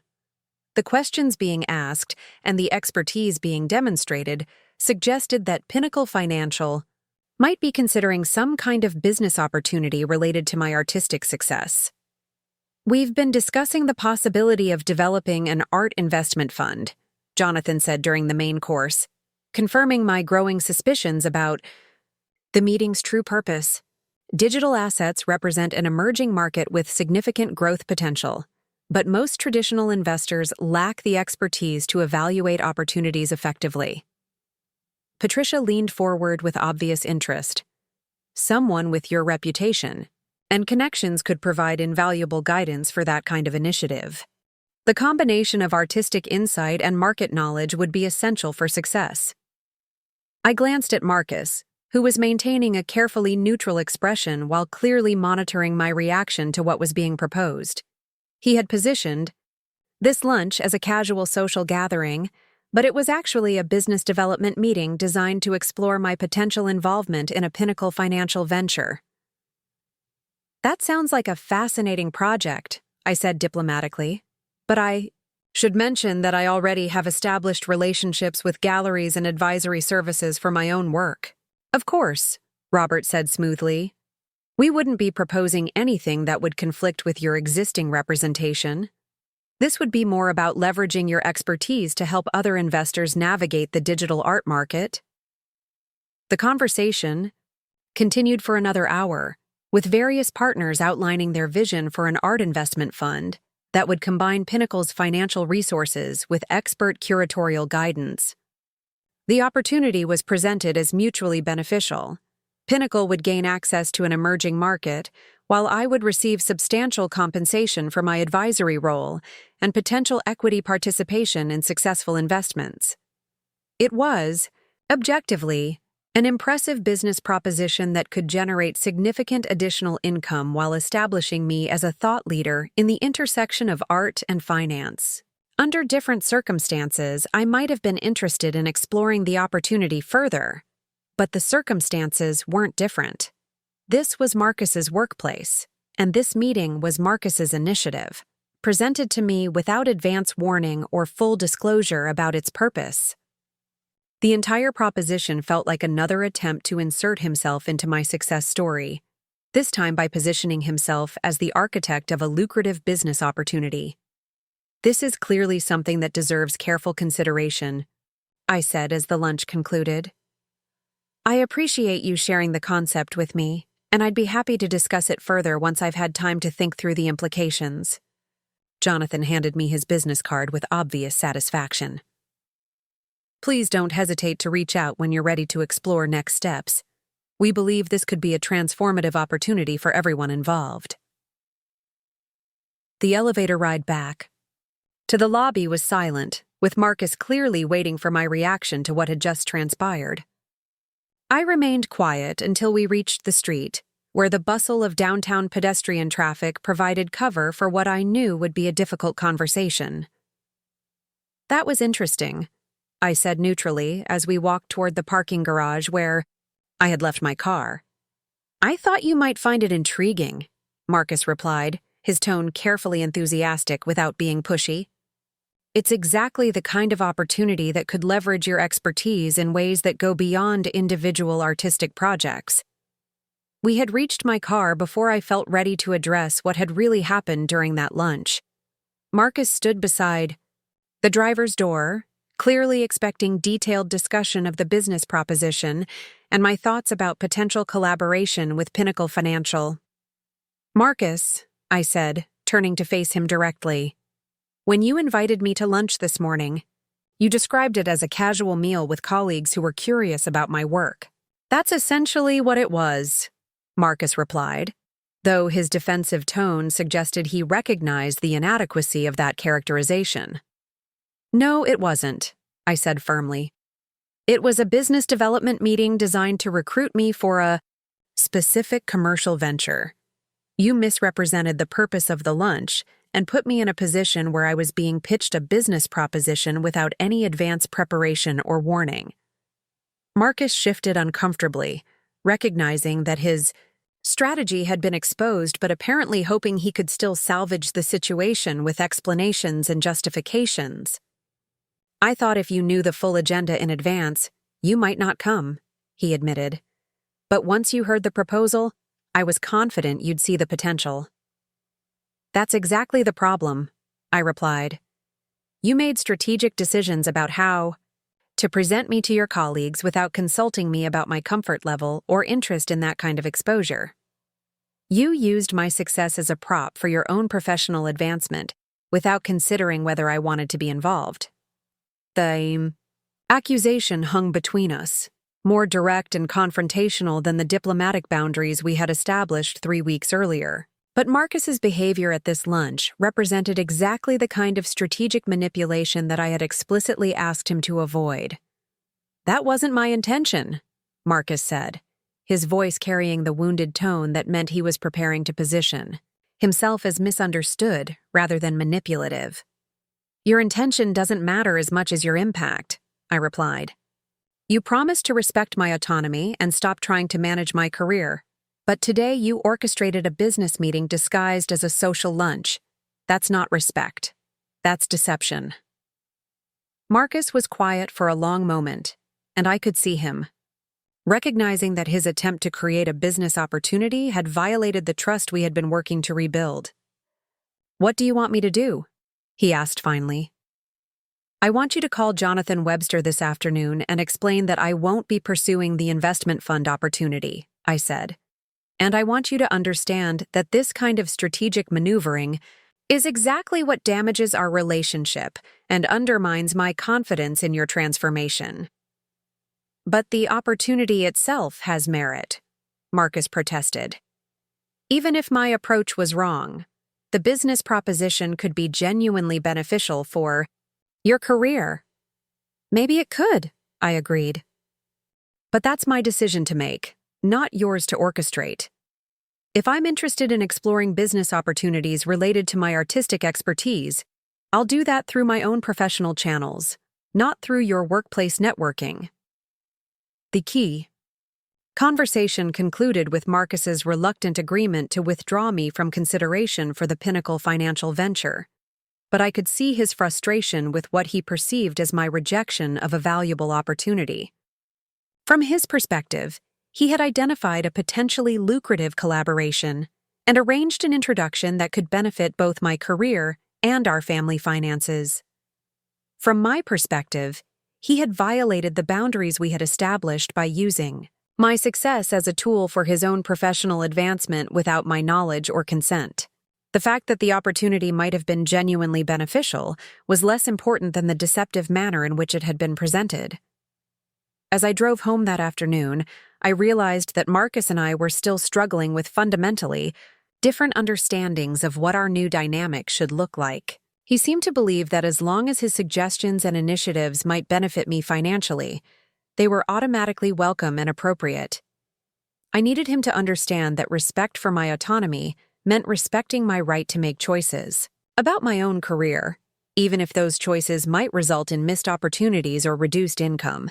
The money had given me the freedom to prioritize authenticity over optimization, and that freedom was more valuable than any business proposition he might arrange.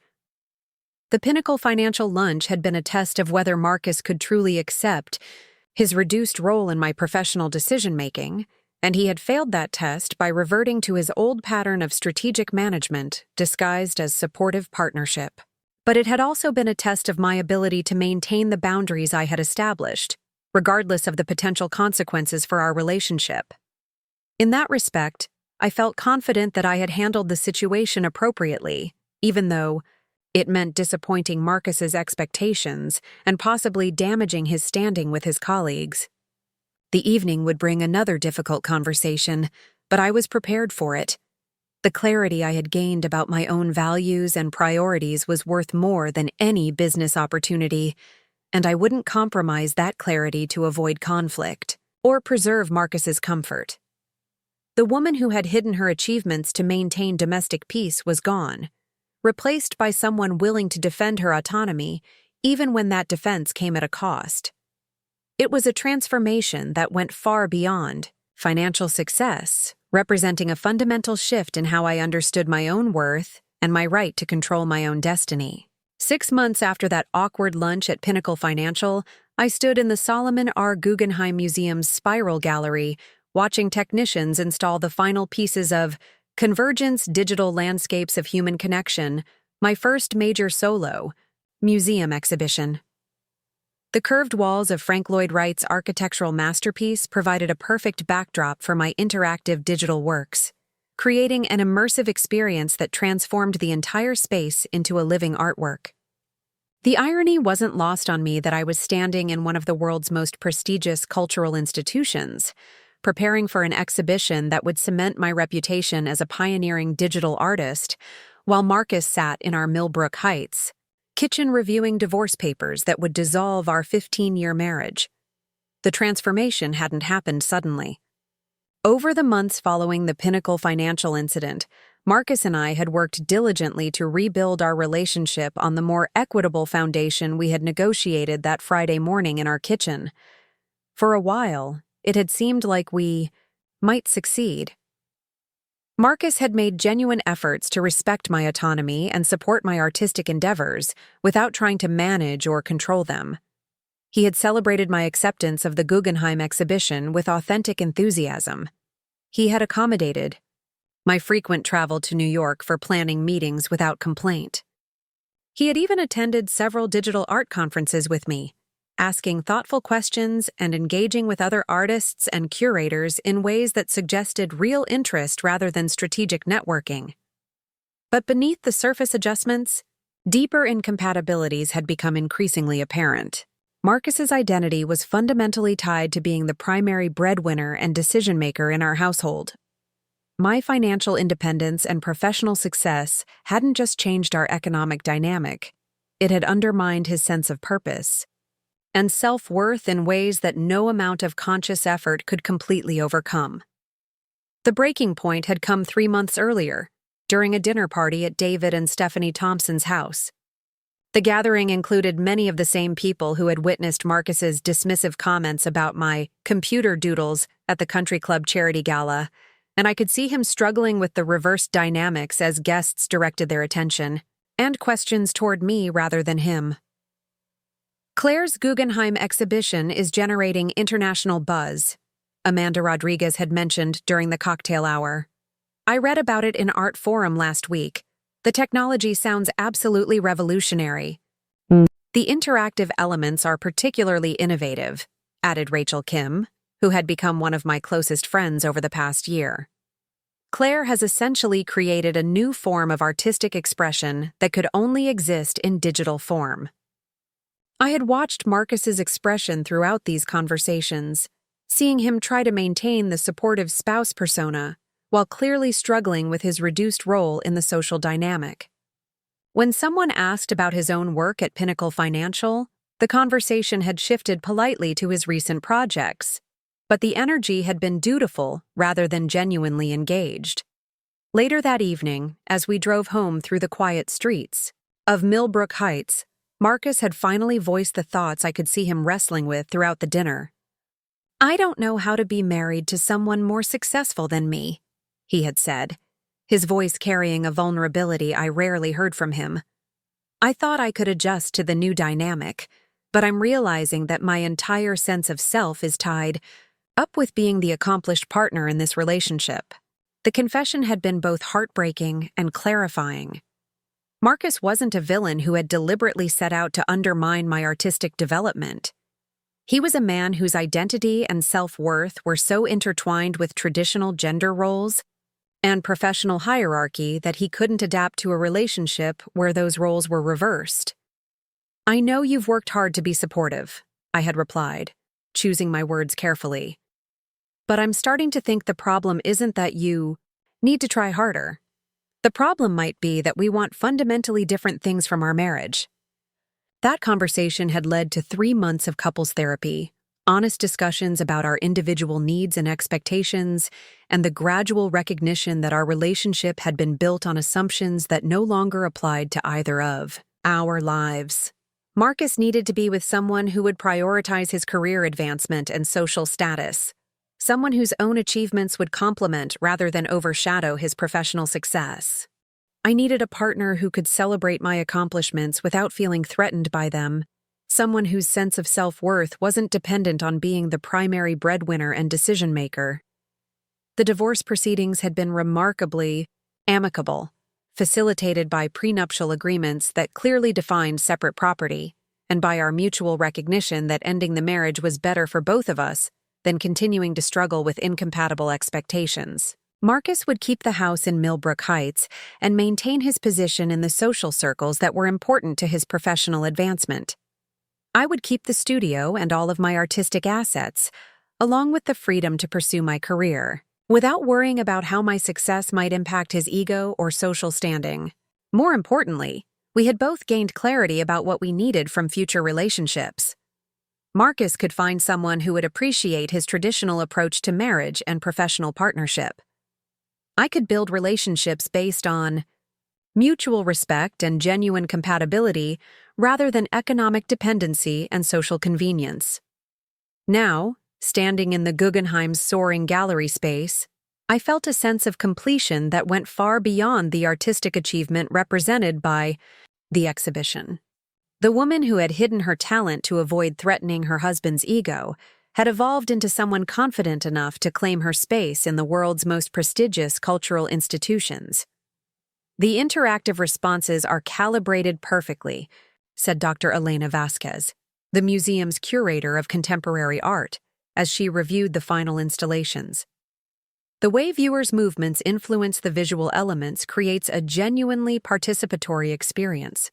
I nodded, watching as technicians tested the sensor arrays that would allow visitors to interact with the digital works through gesture and movement.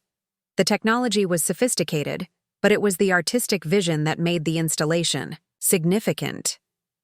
Each piece in the exhibition explored different aspects of human connection in an increasingly digital world, using interactivity not as a gimmick, but as an integral element of the emotional experience.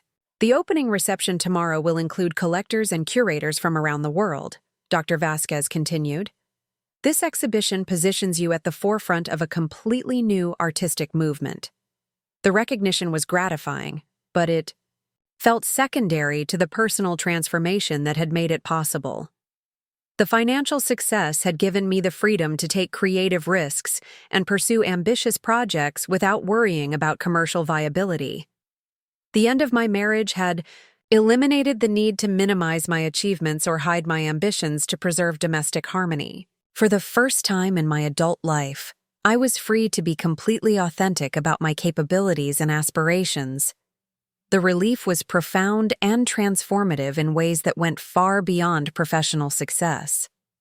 That evening, I attended a pre-opening dinner with museum board members, prominent collectors, and other artists whose work was featured in the museum's contemporary collections. The conversation was intellectually stimulating and professionally valuable, but what struck me most was how comfortable I felt engaging with these accomplished people as a peer, rather than as someone's spouse making polite conversation. "You're Work represents a genuine innovation in how we think about audience participation in artistic experience, said Dr. Michael Harrison, a professor of digital media at Columbia University, who had written extensively about technology and creativity. The theoretical implications are as significant as the aesthetic achievements. I found myself discussing complex ideas about interactivity, consciousness, and artistic meaning with the kind of intellectual depth that had been missing from my conversations in Millbrook Heights social circles. These were people who understood that art could be both beautiful and intellectually rigorous, who appreciated innovation without requiring it to be commercially optimized. "Have you considered teaching?" asked Patricia Molina, a curator from the Museum of Modern Art, who had been following my work since the Infinite Moments sale. "There are several university programs that would benefit enormously from your expertise in digital art technology." The suggestion intrigued me, not because I was seeking additional career opportunities, but because it represented another form of authentic engagement with my artistic development. Teaching would allow me to share knowledge and inspire other artists while continuing to push the boundaries of what was possible in digital creativity. "I'd be interested in exploring that possibility," I said, meaning it sincerely. "The intersection of art and technology is evolving so rapidly that there's tremendous value in sharing techniques and discoveries." As the evening progressed, I found myself making plans for collaborations, considering speaking engagements, and discussing projects that would have been impossible under my old life constraints. The freedom to say yes to opportunities based on their intrinsic interest rather than their impact on domestic harmony was intoxicating. The exhibition opening the following day exceeded all expectations. The Guggenheim's Spiral Gallery was filled with art collectors, museum professionals, technology executives, and digital artists from around the world. The interactive elements of the installation created a dynamic, ever-changing environment that transformed the museum space into a living artwork. "This is genuinely revolutionary," said Tony Castellano, who had flown in from Los Angeles for the opening. "You've created something that can only be fully experienced in person, which gives digital art a physicality and presence that rivals traditional media." I moved through the crowd, discussing the technical and conceptual aspects of the work, with visitors who ranged from curious art enthusiasts to sophisticated collectors evaluating potential acquisitions. The level of engagement and understanding was far beyond anything I had experienced in my previous social contexts. "The market response has been extraordinary," Tony said during a quiet moment between conversations. "We've received preliminary inquiries about acquiring pieces from the exhibition, and there's already interest in commissioning new works for private collections." The commercial success was gratifying, but it felt less important than the artistic recognition and the personal satisfaction of creating something genuinely innovative. The money had given me the freedom to pursue ambitious projects, but the real reward was the creative fulfillment that came from pushing the boundaries of what art could be and do. As the evening concluded, I stood alone in the gallery for a few minutes, watching the digital works respond to the ambient movement and sound in the space. The pieces seemed to breathe with their own life, colors shifting and patterns evolving in response to the gallery's environment. It was a moment of profound satisfaction, seeing 3 years of hidden work transformed into a public celebration of innovation and creativity. My phone buzzed with a text message from Marcus. Despite our divorce, we had maintained cordial communication, particularly around significant professional milestones. The message was brief but genuinely warm. "Saw the Times review of your exhibition. Congratulations, Claire. You've achieved something truly remarkable."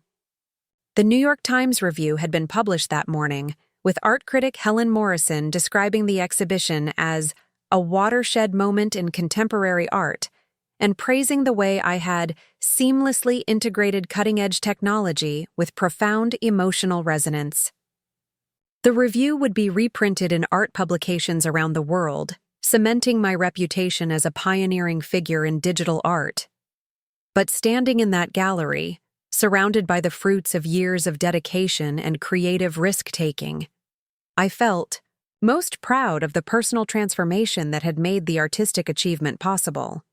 The woman who had apologized for taking up space in her own marriage had evolved into someone confident enough to claim space in the world's most prestigious cultural institutions. 6 months later, I was living in a converted warehouse in Brooklyn's Dumbo neighborhood, having traded the manicured perfection of Millbrook Heights for the creative energy of New York's art scene.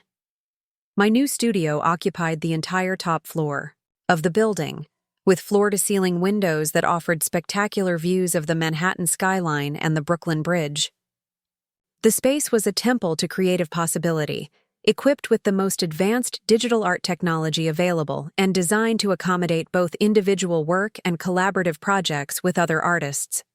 The contrast with my former garage studio was striking, not just in terms of scale and sophistication, but in what the space represented about my willingness to prioritize my artistic development over conventional domestic comfort.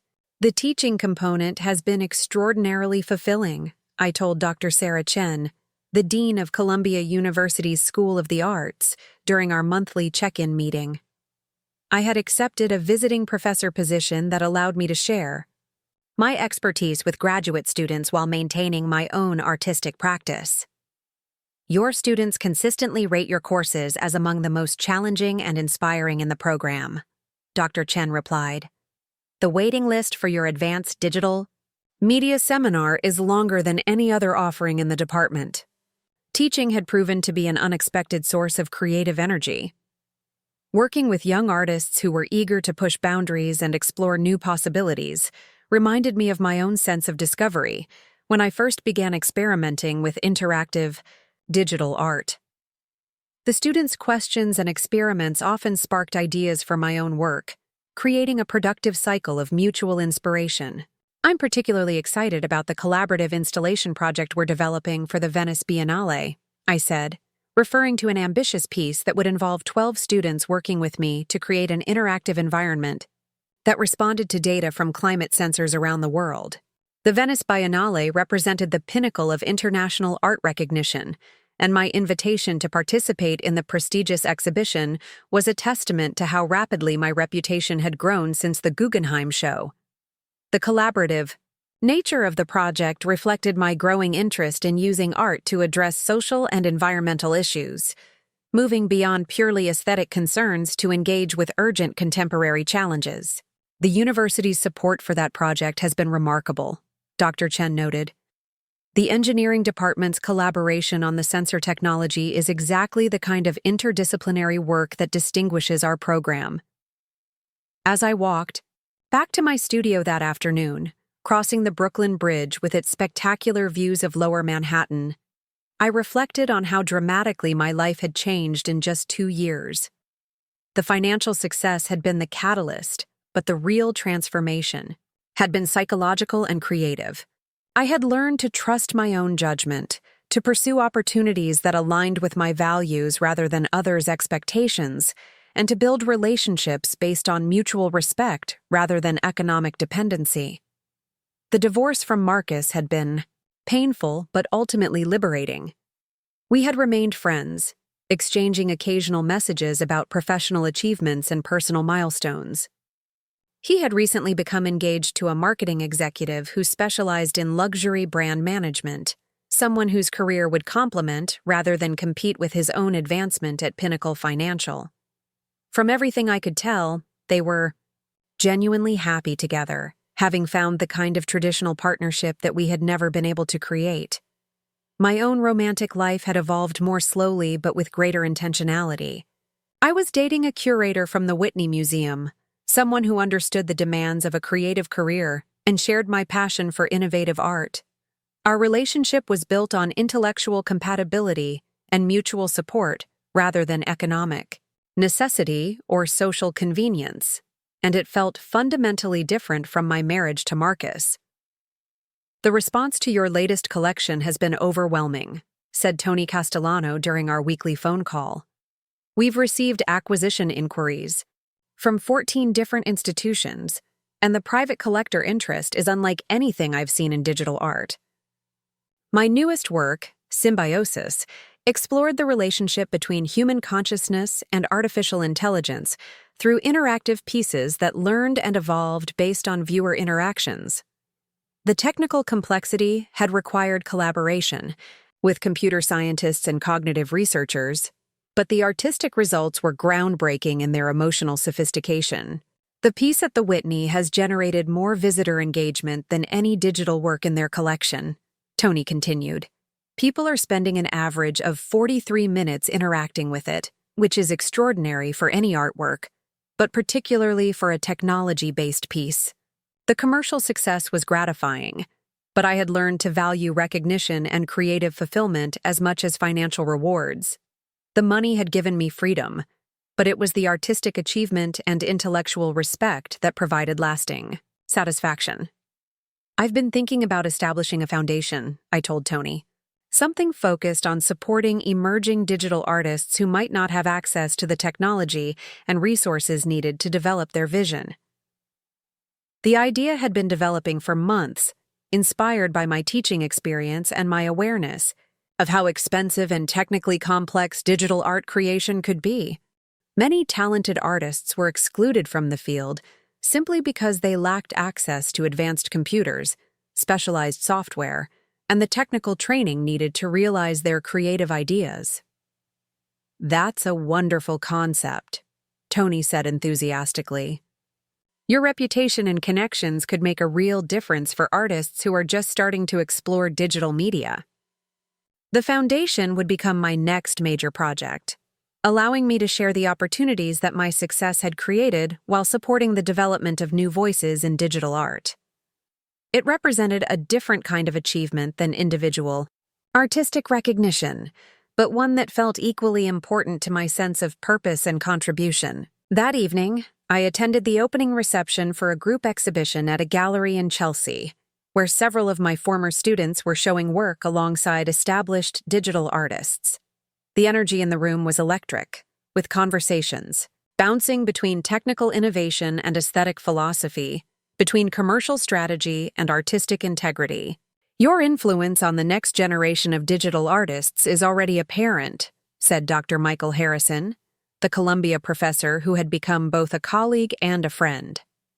The students you've mentored are pushing boundaries in ways that weren't imaginable 5 years ago. I watched my former students explaining their work to collectors and critics, seeing them navigate the same balance between artistic vision and commercial viability that had defined my own career development. The pride I felt in their achievements was different from personal accomplishment but equally satisfying. Teaching has given me a different perspective on success, I replied. Individual achievement feels less important when you're contributing to a larger movement of creative innovation.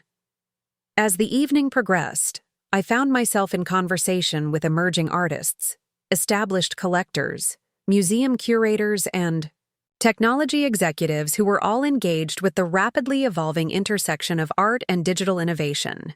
The community that had formed around digital art was diverse and intellectually stimulating in ways that my old social circles in Millbrook Heights had never been.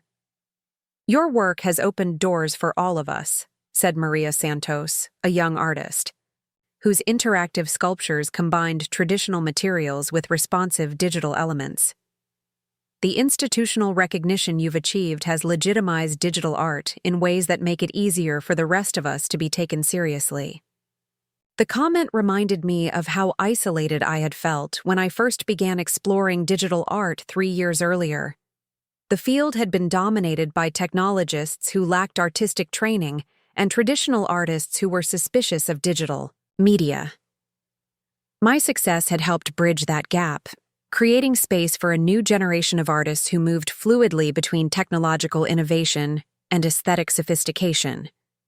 The field is evolving so rapidly that everyone is learning from everyone. Else, I said, the collaborative nature of digital art makes individual success less meaningful than collective advancement. By midnight, I was back in my Brooklyn studio, energized by the evening's conversations and eager to continue work on my latest project. The warehouse space felt alive with creative possibility, its vast windows offering panoramic views of the city that never slept. I pulled up the files for Emergence, a new collection that would explore the relationship between individual identity and collective consciousness through works that evolved based on aggregated data from social media interactions. The technical challenges were immense, requiring real-time analysis of vast data streams and translation of that information into meaningful visual experiences. But the artistic vision was clear: to create works that reflected the contemporary human experience of being simultaneously individual and connected, autonomous and influenced by collective behavior. The pieces would serve as mirrors, showing viewers how their own actions and choices were part of larger patterns of human behavior and social change. As I worked through the night, coding new interactive algorithms and sketching visual concepts, I felt the deep satisfaction that came from pursuing work that was both personally meaningful and professionally ambitious. The financial freedom had made this level of creative risk-taking possible, but it was the artistic vision that made it worthwhile. The contrast with my former life was profound. 2 years earlier, I had been hiding my creative achievements and minimizing my ambitions to preserve domestic harmony. Now, I was working openly on projects that would be seen by millions of people and studied by future generations of artists and scholars. The transformation hadn't been easy or painless. Ending my marriage and rebuilding my entire social and professional life had required courage and persistence that I hadn't been sure I possessed. But the rewards had far exceeded the challenges, creating opportunities for growth and fulfillment that I could never have imagined while living within the constraints of my old life. As dawn broke over the East River, painting the studio walls, with golden light, I saved my work and stepped out onto the building's roof terrace. The city spread out below me, millions of people beginning their daily routines, pursuing their own dreams and ambitions and creative visions. I thought about Marcus, probably having coffee in our old kitchen in Millbrook Heights, preparing for another day of corporate meetings and strategic planning. I thought about my former neighbors, maintaining their perfect lawns and attending their charity galas and measuring success through the accumulation of status symbols and social approval. There was nothing wrong with those choices, but they were no longer my choices. The money had given me the freedom to choose differently, to prioritize artistic fulfillment over social acceptance, creative risk-taking over financial security, authentic relationships over convenient partnerships. Standing on that rooftop, watching the sunrise illuminate the city that had become my new home, I felt grateful for every part of the journey that had brought me to this moment. The years of hiding my achievements had taught me to value authentic success over external validation. The painful process of ending my marriage had shown me the importance of building relationships on mutual respect rather than economic dependency.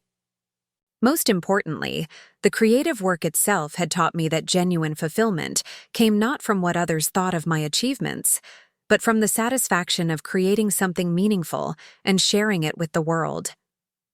The woman who had once apologized for taking up space was gone, replaced by someone confident enough to claim her place among the most innovative artists of her generation. The transformation was complete, but the work was just beginning. Part 5. The New Reality.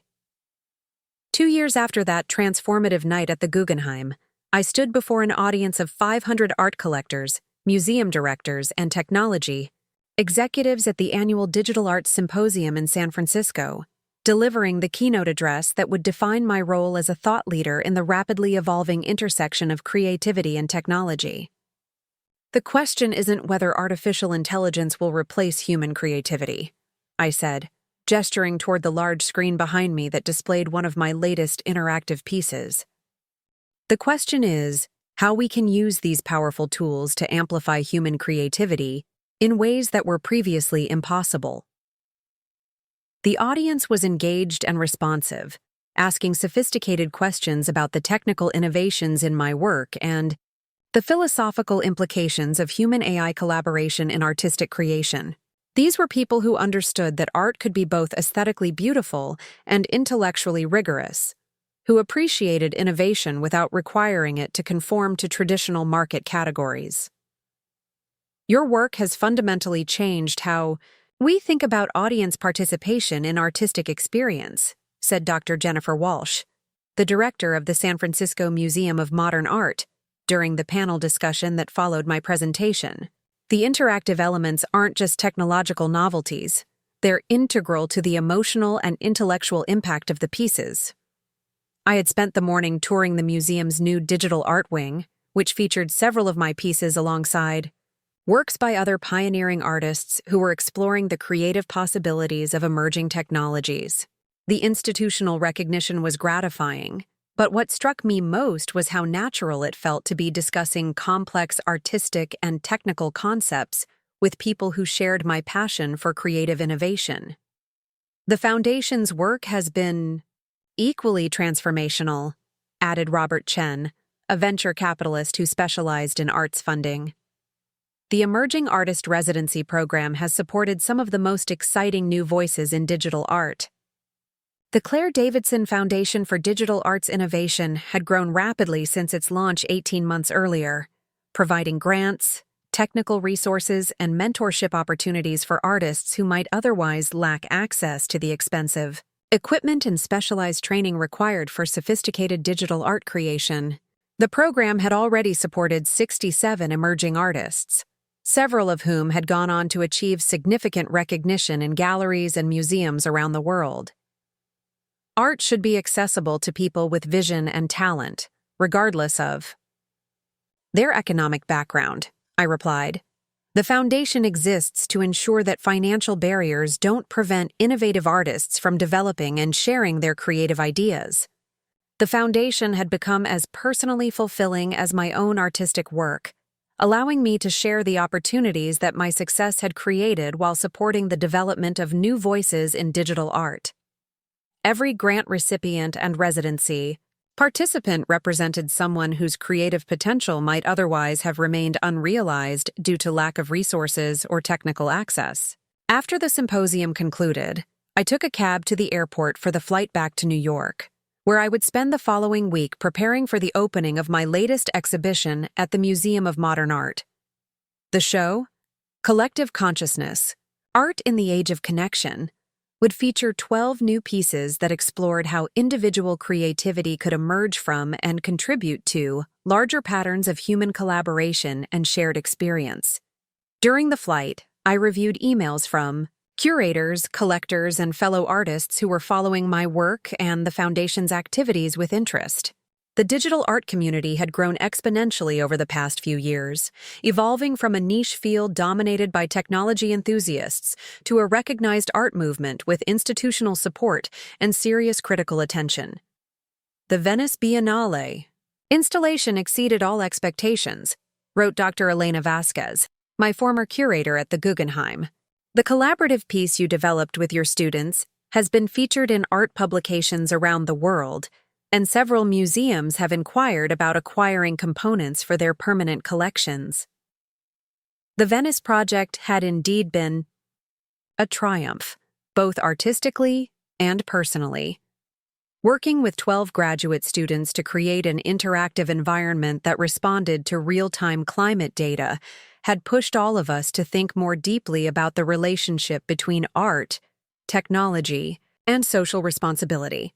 The installation had attracted millions of visitors and generated international discussions about the role of art in addressing environmental challenges. I wanted to let you know that Marcus stopped by the gallery yesterday, read another message. This one from Amanda Rodriguez, who now served on the Foundation's advisory board. He seemed genuinely proud when discussing your achievements with other visitors. The personal growth you've both experienced since the divorce has been remarkable to witness. I smiled at Amanda's observation about Marcus's evolution. Our divorce had been difficult for both of us, but it had ultimately allowed each of us to find relationships and life paths that better aligned with our individual needs and values. Marcus had married his marketing executive fiancée the previous year, and from all accounts, they had built the kind of traditional partnership that we had never been able to achieve. More importantly, Marcus had learned to separate his self-worth from his need to be the dominant partner in a relationship. His new wife was successful in her own right, but her career complemented rather than overshadowed his own professional advancement. They seemed genuinely happy together, having found the compatibility that we had never possessed. Your influence on the next generation of artists continues to expand, read a message from Dr. Sarah Chen at Columbia. The waiting list for your graduate seminar has grown to over 200 students, and we're considering creating additional sections to meet the demand. Teaching had become an increasingly important part of my professional identity, allowing me to share technical knowledge and creative insights with artists who would carry digital art into new directions.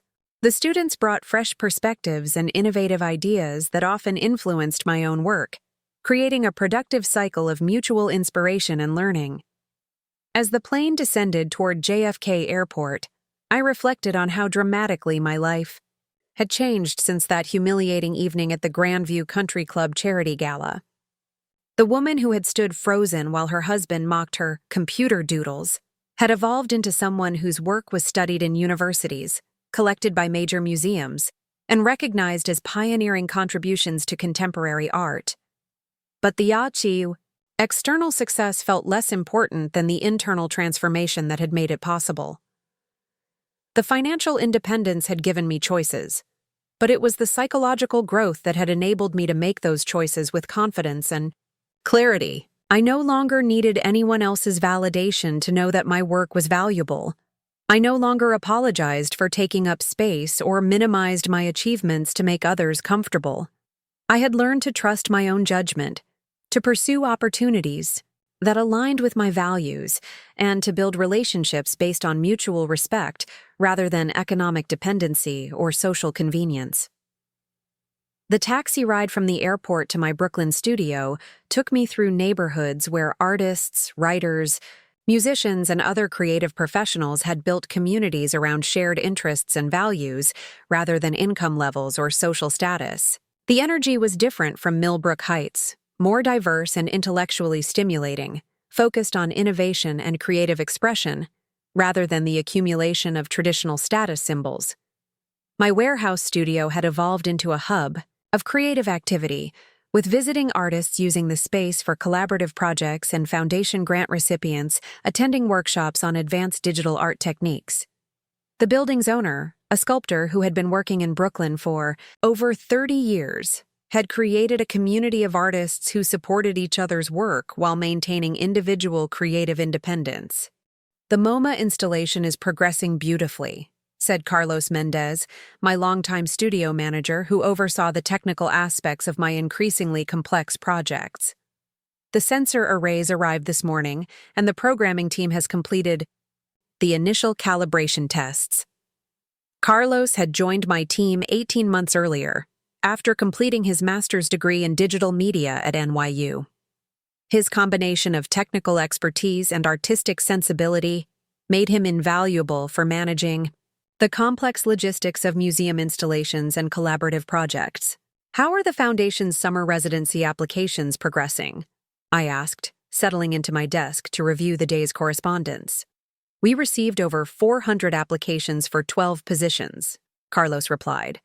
The selection committee has narrowed it down to 50 finalists and will need to make final decisions by the end of next week. The Foundation's residency program had become highly competitive, attracting applications from emerging artists around the world who wanted to develop their digital art skills using professional-grade equipment and mentorship from experienced practitioners. The program provided full funding for 3-month residencies that included studio space, technical training, and exhibition opportunities.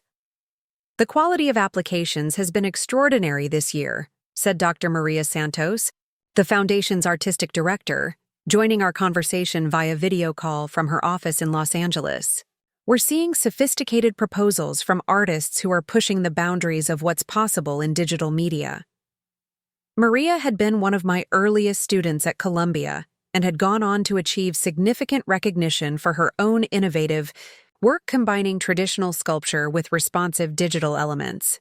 Her appointment as the foundation's artistic director reflected my commitment to supporting emerging artists, not just as grant recipients, but as professional partners in building the digital art community. I'm particularly excited about the collaborative projects with international artists, Maria continued. The partnership with the London Digital Arts Collective has created opportunities for cross-cultural artistic exchange that wouldn't have existed otherwise. As evening approached, I walked out onto the studio's roof terrace to watch the sunset. Over Manhattan. The city skyline was a constant source of inspiration, its patterns of light and movement reflecting the kind of complex, ever-changing beauty that I tried to capture in my interactive digital works. My phone buzzed with a text message from James Morrison, the Whitney Museum curator I had been dating for 8 months. "Dinner at 8? I have news about the retrospective proposal." James and I had met at a digital art conference in Miami, where we had spent hours discussing the challenges and opportunities of presenting technology-based art in traditional museum settings.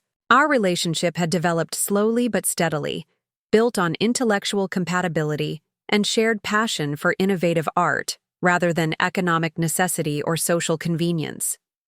The retrospective he was referring to would be a comprehensive survey of my work over the past 5 years, potentially the largest exhibition of digital art in the Whitney's history. The proposal was still under review by the museum's board, but early indications suggested strong support from both curators and trustees. "Looking forward to it," I texted back. "Good news or challenging news?" "Definitely good," came his immediate reply. "Board approval, target date next fall." I smiled, feeling the familiar excitement that came with new professional opportunities, combined with the deeper satisfaction of sharing those opportunities with someone who genuinely understood their significance. The relationship with James felt fundamentally different from my marriage to Marcus, built on mutual respect and shared interests rather than traditional gender roles and economic dependency. As I prepared to leave the studio for dinner, I took a final look at the work in progress that filled the vast space. Canvases, computer screens, and electronic components shared space with traditional art materials, reflecting the hybrid nature of contemporary creative practice. Everything in the room represented a choice I had made freely, without worrying about how those choices might affect someone else's ego or social standing. The financial success had made this freedom possible, but it was the psychological transformation that had made it meaningful. I had learned to value my own judgment, to pursue opportunities that aligned with my values, and to build relationships based on genuine compatibility rather than conventional expectations. Walking across the Brooklyn Bridge toward my dinner with James, I reflected on the journey that had brought me from hiding my achievements in a suburban garage to claiming my place among the most innovative artists of my generation. The path hadn't been easy or straightforward, but every challenge had contributed to the clarity and confidence that now defined my approach to both creative work and personal relationships. The woman who had once apologized for taking up space was gone, replaced by someone who understood that authentic success came not from external validation, but from the courage to pursue meaningful work and share it generously with the world. The transformation was complete, but the work itself was just beginning. Standing in the middle of the bridge with the city lights reflecting off the East River, I felt profound gratitude for every experience that had shaped this journey. The twee. Years of dismissal and minimization had taught me to value genuine recognition over superficial approval. The painful process of ending my marriage had shown me the importance of building relationships on mutual respect rather than economic dependency. Most importantly, the creative work itself had taught me that true fulfillment came not from what others thought of my achievements, but from the deep satisfaction of creating something meaningful and sharing it authentically with the world. The money had changed everything by giving me choices I had never possessed before. But it was the courage to make those choices based on my own values rather than others' expectations that had transformed my life in ways that went far beyond financial success. Tomorrow would bring new projects, new collaborations, new opportunities.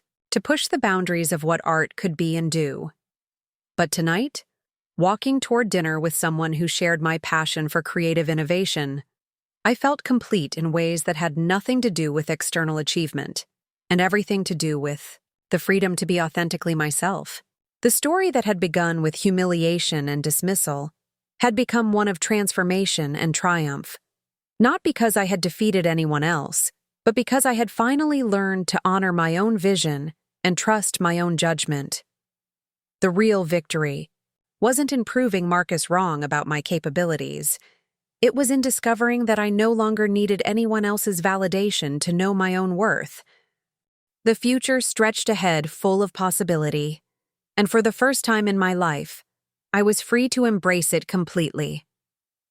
3 years had passed since the charity gala revelation that changed everything, and I stood in the grand ballroom of the Metropolitan Museum of Art, surrounded by 400 distinguished guests celebrating the opening of Digital Renaissance, the Claire Davidson collection. The museum had acquired 27 of my pieces for their permanent collection, creating the first dedicated digital art wing in their 150-year history.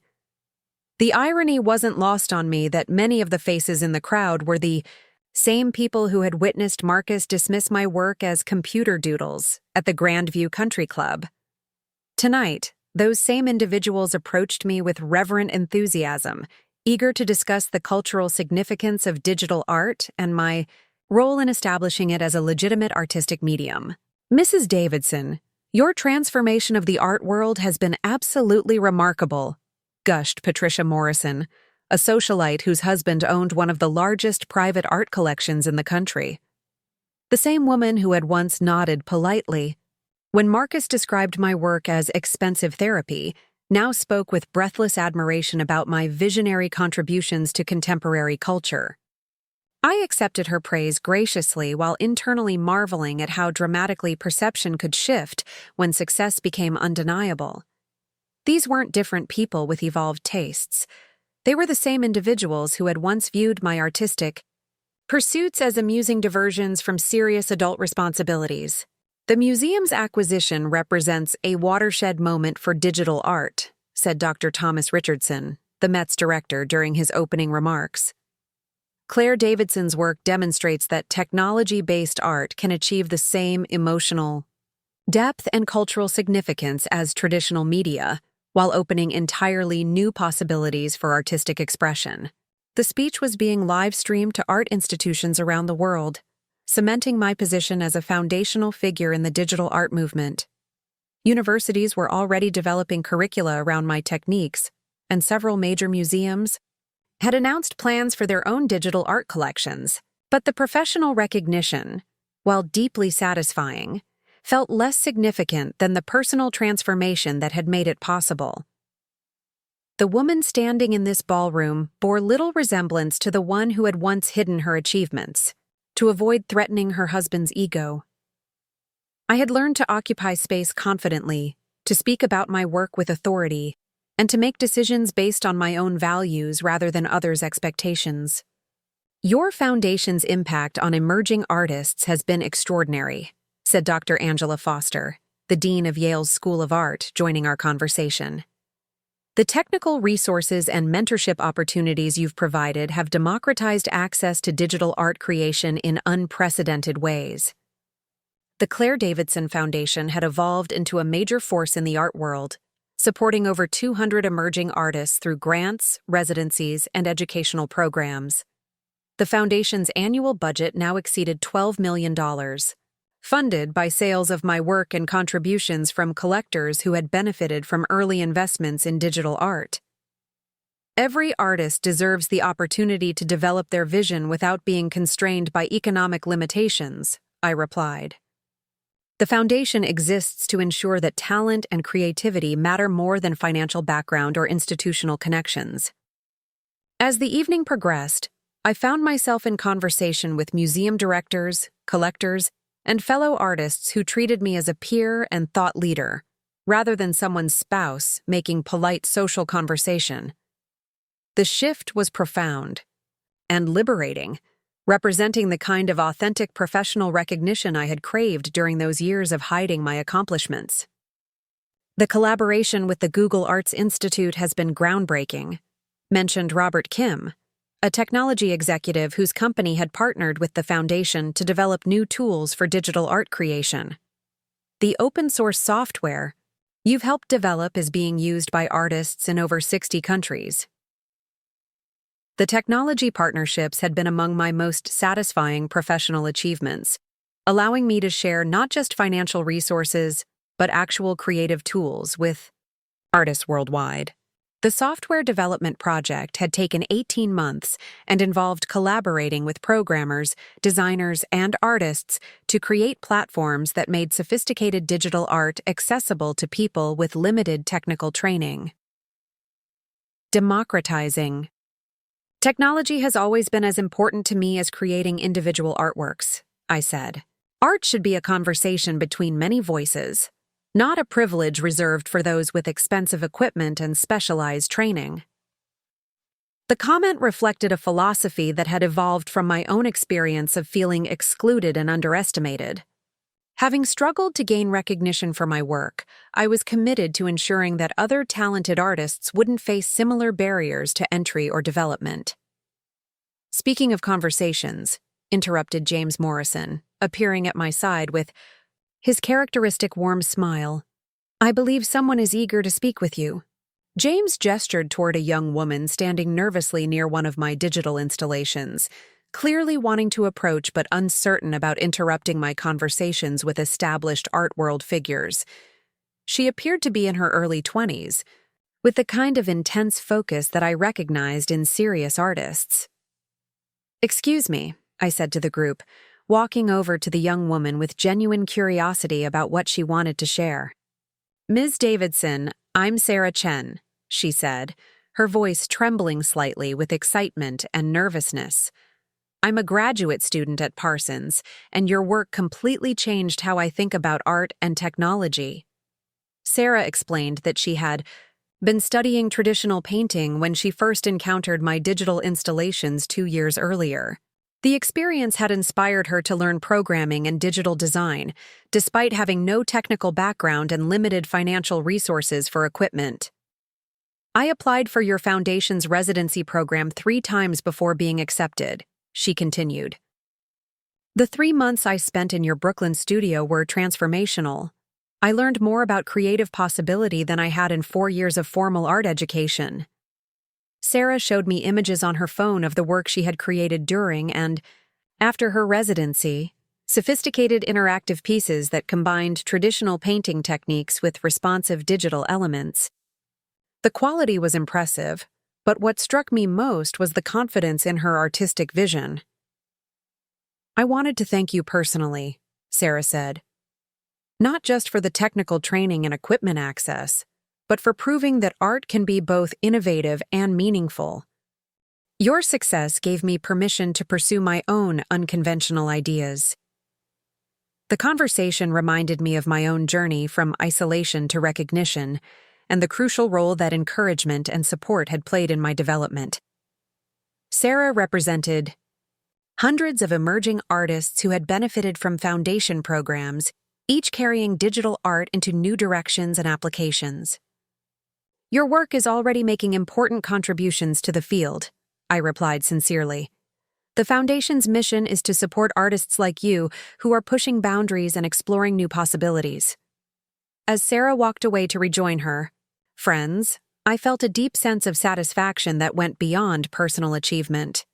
The success of my own work had created opportunities for other artists to develop their vision, multiplying the impact of my initial breakthrough in ways that individual recognition alone could never accomplish. "That's the real legacy," said Dr. Maria Santos, appearing beside me with a glass of champagne. Maria had transitioned from Foundation Artistic Director to Independent Curator, organizing digital art exhibitions for museums around the world. Not just your own artistic contributions, but the entire movement you've helped create. Maria was right. The digital art community that had emerged over the past few years included hundreds of artists, curators, collectors, and technologists who were collectively expanding the definition of what art could be and do. My success had been the catalyst, but the movement now had its own momentum and direction. The retrospective at the Whitney next month will include work from 12 Foundation alumni, Maria continued. It's remarkable to see how diverse and sophisticated the field has become. The Whitney retrospective would be the largest exhibition of my work to date, spanning 15 years of creative development from my earliest digital experiments to my latest AI collaboration projects.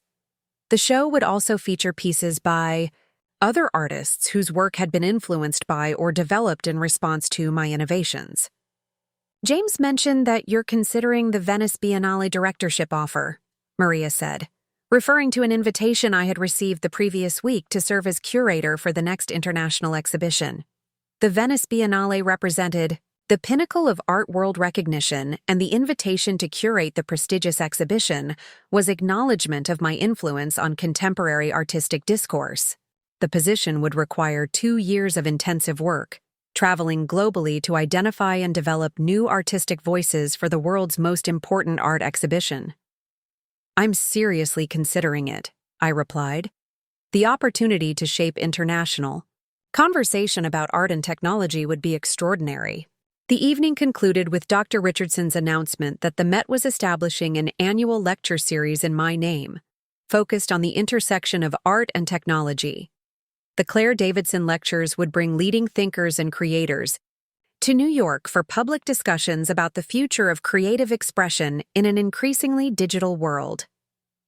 This honor reflects not just your artistic achievements, Dr. Richardson said during his closing remarks, but your role as a thought leader who has fundamentally changed how cultural institutions think about contemporary art. The lecture series represented the kind of institutional recognition that solidified artistic legacy, ensuring that my contributions would continue influencing future generations of artists and thinkers. It was the sort of achievement that Marcus and his colleagues at Pinnacle Financial could understand and respect, even if they still didn't fully appreciate the artistic vision that had made it possible. As the crowd began to disperse, I noticed a familiar figure near the museum's entrance. Marcus stood with his wife, Jennifer, examining one of my digital installations with what appeared to be genuine interest and admiration. Our eyes met across the room, and he raised his champagne glass in a subtle toast of acknowledgement. I walked over to greet them, curious about what Marcus would say about the evening's celebration. Our relationship had evolved into cordial friendship over the past few years, built on mutual respect for each other's achievements and recognition that our divorce had been beneficial for both of us. "Claire, congratulations," Marcus said warmly, embracing me with genuine affection. "This exhibition is extraordinary. I'm genuinely proud of what you've accomplished." Jennifer, whom I had met several times at social events, added her own enthusiastic praise. "The pieces are unlike anything I've ever experienced. The way they respond to movement and interaction is absolutely magical." "Thank you both," I replied. "It means a great deal to have your support." The conversation was comfortable and authentic, free from the tension and resentment that had characterized our final years of marriage. Marcus had found happiness in his traditional partnership with Jennifer, while I had discovered fulfillment in pursuing my artistic vision without compromise. "We should celebrate properly," Marcus said. "Jennifer and I would love to take you and James to dinner later this week if you're available." The invitation reflected how dramatically our relationship had evolved. Marcus no longer felt threatened by my success, partly because he had found his own satisfaction in conventional achievement, and partly because enough time had passed for wounds to heal and perspectives to mature.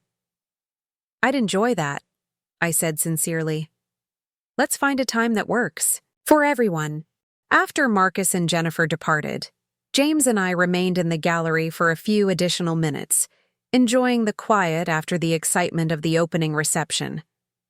The digital installations continued their subtle animations, responding to our presence with gentle shifts in color and pattern. "How does it feel?" James asked, gesturing toward the plaques that identified the pieces as part of the museum's permanent collection. I considered his question carefully, trying to articulate the complex emotions of the evening. The professional recognition was deeply satisfying, representing the culmination of years of dedicated work and creative risk-taking. But the personal transformation felt more significant than any external achievement. "It feels like completion," I said finally. "Not the end of something, but the fulfillment of potential that existed all along." The woman who had once hidden her achievements to avoid threatening her husband's ego had evolved into someone confident enough to claim her place among the most important artists of her generation. The journey hadn't been easy, but every challenge had contributed to the clarity and strength that now defined my approach to both creative work and personal relationships. "The Venice Biennale offer represents an incredible opportunity," James said, broaching the subject that we had been discussing privately for several weeks. "The curator position would require extensive travel and time away from my New York-based life and relationships. It was exactly the kind of career decision that I could now make based purely on artistic and professional considerations, without worrying about how those choices might affect someone else's ego or social standing." "I think I'm going to accept it," I said, feeling certainty crystallize as I spoke the words aloud. "The opportunity to shape international artistic discourse is too significant to decline." James nodded with the understanding that came from sharing similar professional ambitions and commitments. Our relationship was built on mutual support for each other's career development, rather than expectations that personal considerations would automatically take precedence over professional opportunities. "We'll figure out the logistics," he said simply. "Great opportunities like this don't come along often." As we walked out of the museum into the crisp October evening, I felt profound gratitude for the journey that had brought me to this moment. The financial success had been the catalyst, but the real transformation had been psychological and creative. I had learned to trust my own judgment, to pursue opportunities that aligned with my values, and to build relationships based on mutual respect rather than economic dependency. The city stretched out before us, millions of people pursuing their own dreams and ambitions. Somewhere in Brooklyn, Foundation residents were working in the studio spaces I had helped create, developing artistic visions that would push digital art into new territories. Somewhere around the world, artists were using the open-source software my team had developed, democratizing access to sophisticated creative tools. The woman who had once apologized for taking up space was gone, replaced by someone who understood that authentic success came not from external validation, but from the courage to pursue meaningful work and share it generously with the world. Standing on the museum steps with James, looking out at the city that had become my home and creative community, I felt complete in ways that had everything to do with personal authenticity and nothing to do with others' approval. The story that had begun with humiliation and dismissal had become one of transformation and contribution, not because I had defeated anyone else, but because I had finally learned to honor my own vision and trust my own worth. The future stretched ahead full of possibility, from the Venice Biennale to new artistic collaborations to continued growth of the Foundation's impact. For the first time in my life, I was completely free to embrace that future on my own terms, confident in my abilities and clear about my values. The real victory hadn't been proving Marcus wrong about my capabilities. It had been discovering that I no longer needed anyone else's validation to know my own worth. The money had given me choices, but it was the courage to make those choices authentically that had transformed my life in ways that went far beyond financial success. Tomorrow would bring new challenges and opportunities, but tonight I was exactly where I belonged, standing confidently in my own space, surrounded by work that represented my authentic vision, ready to continue building something meaningful and lasting. Up next, you've got 2 more standout stories right on your screen. If this one hit the mark, you won't want to pass these up. Just click and check them out.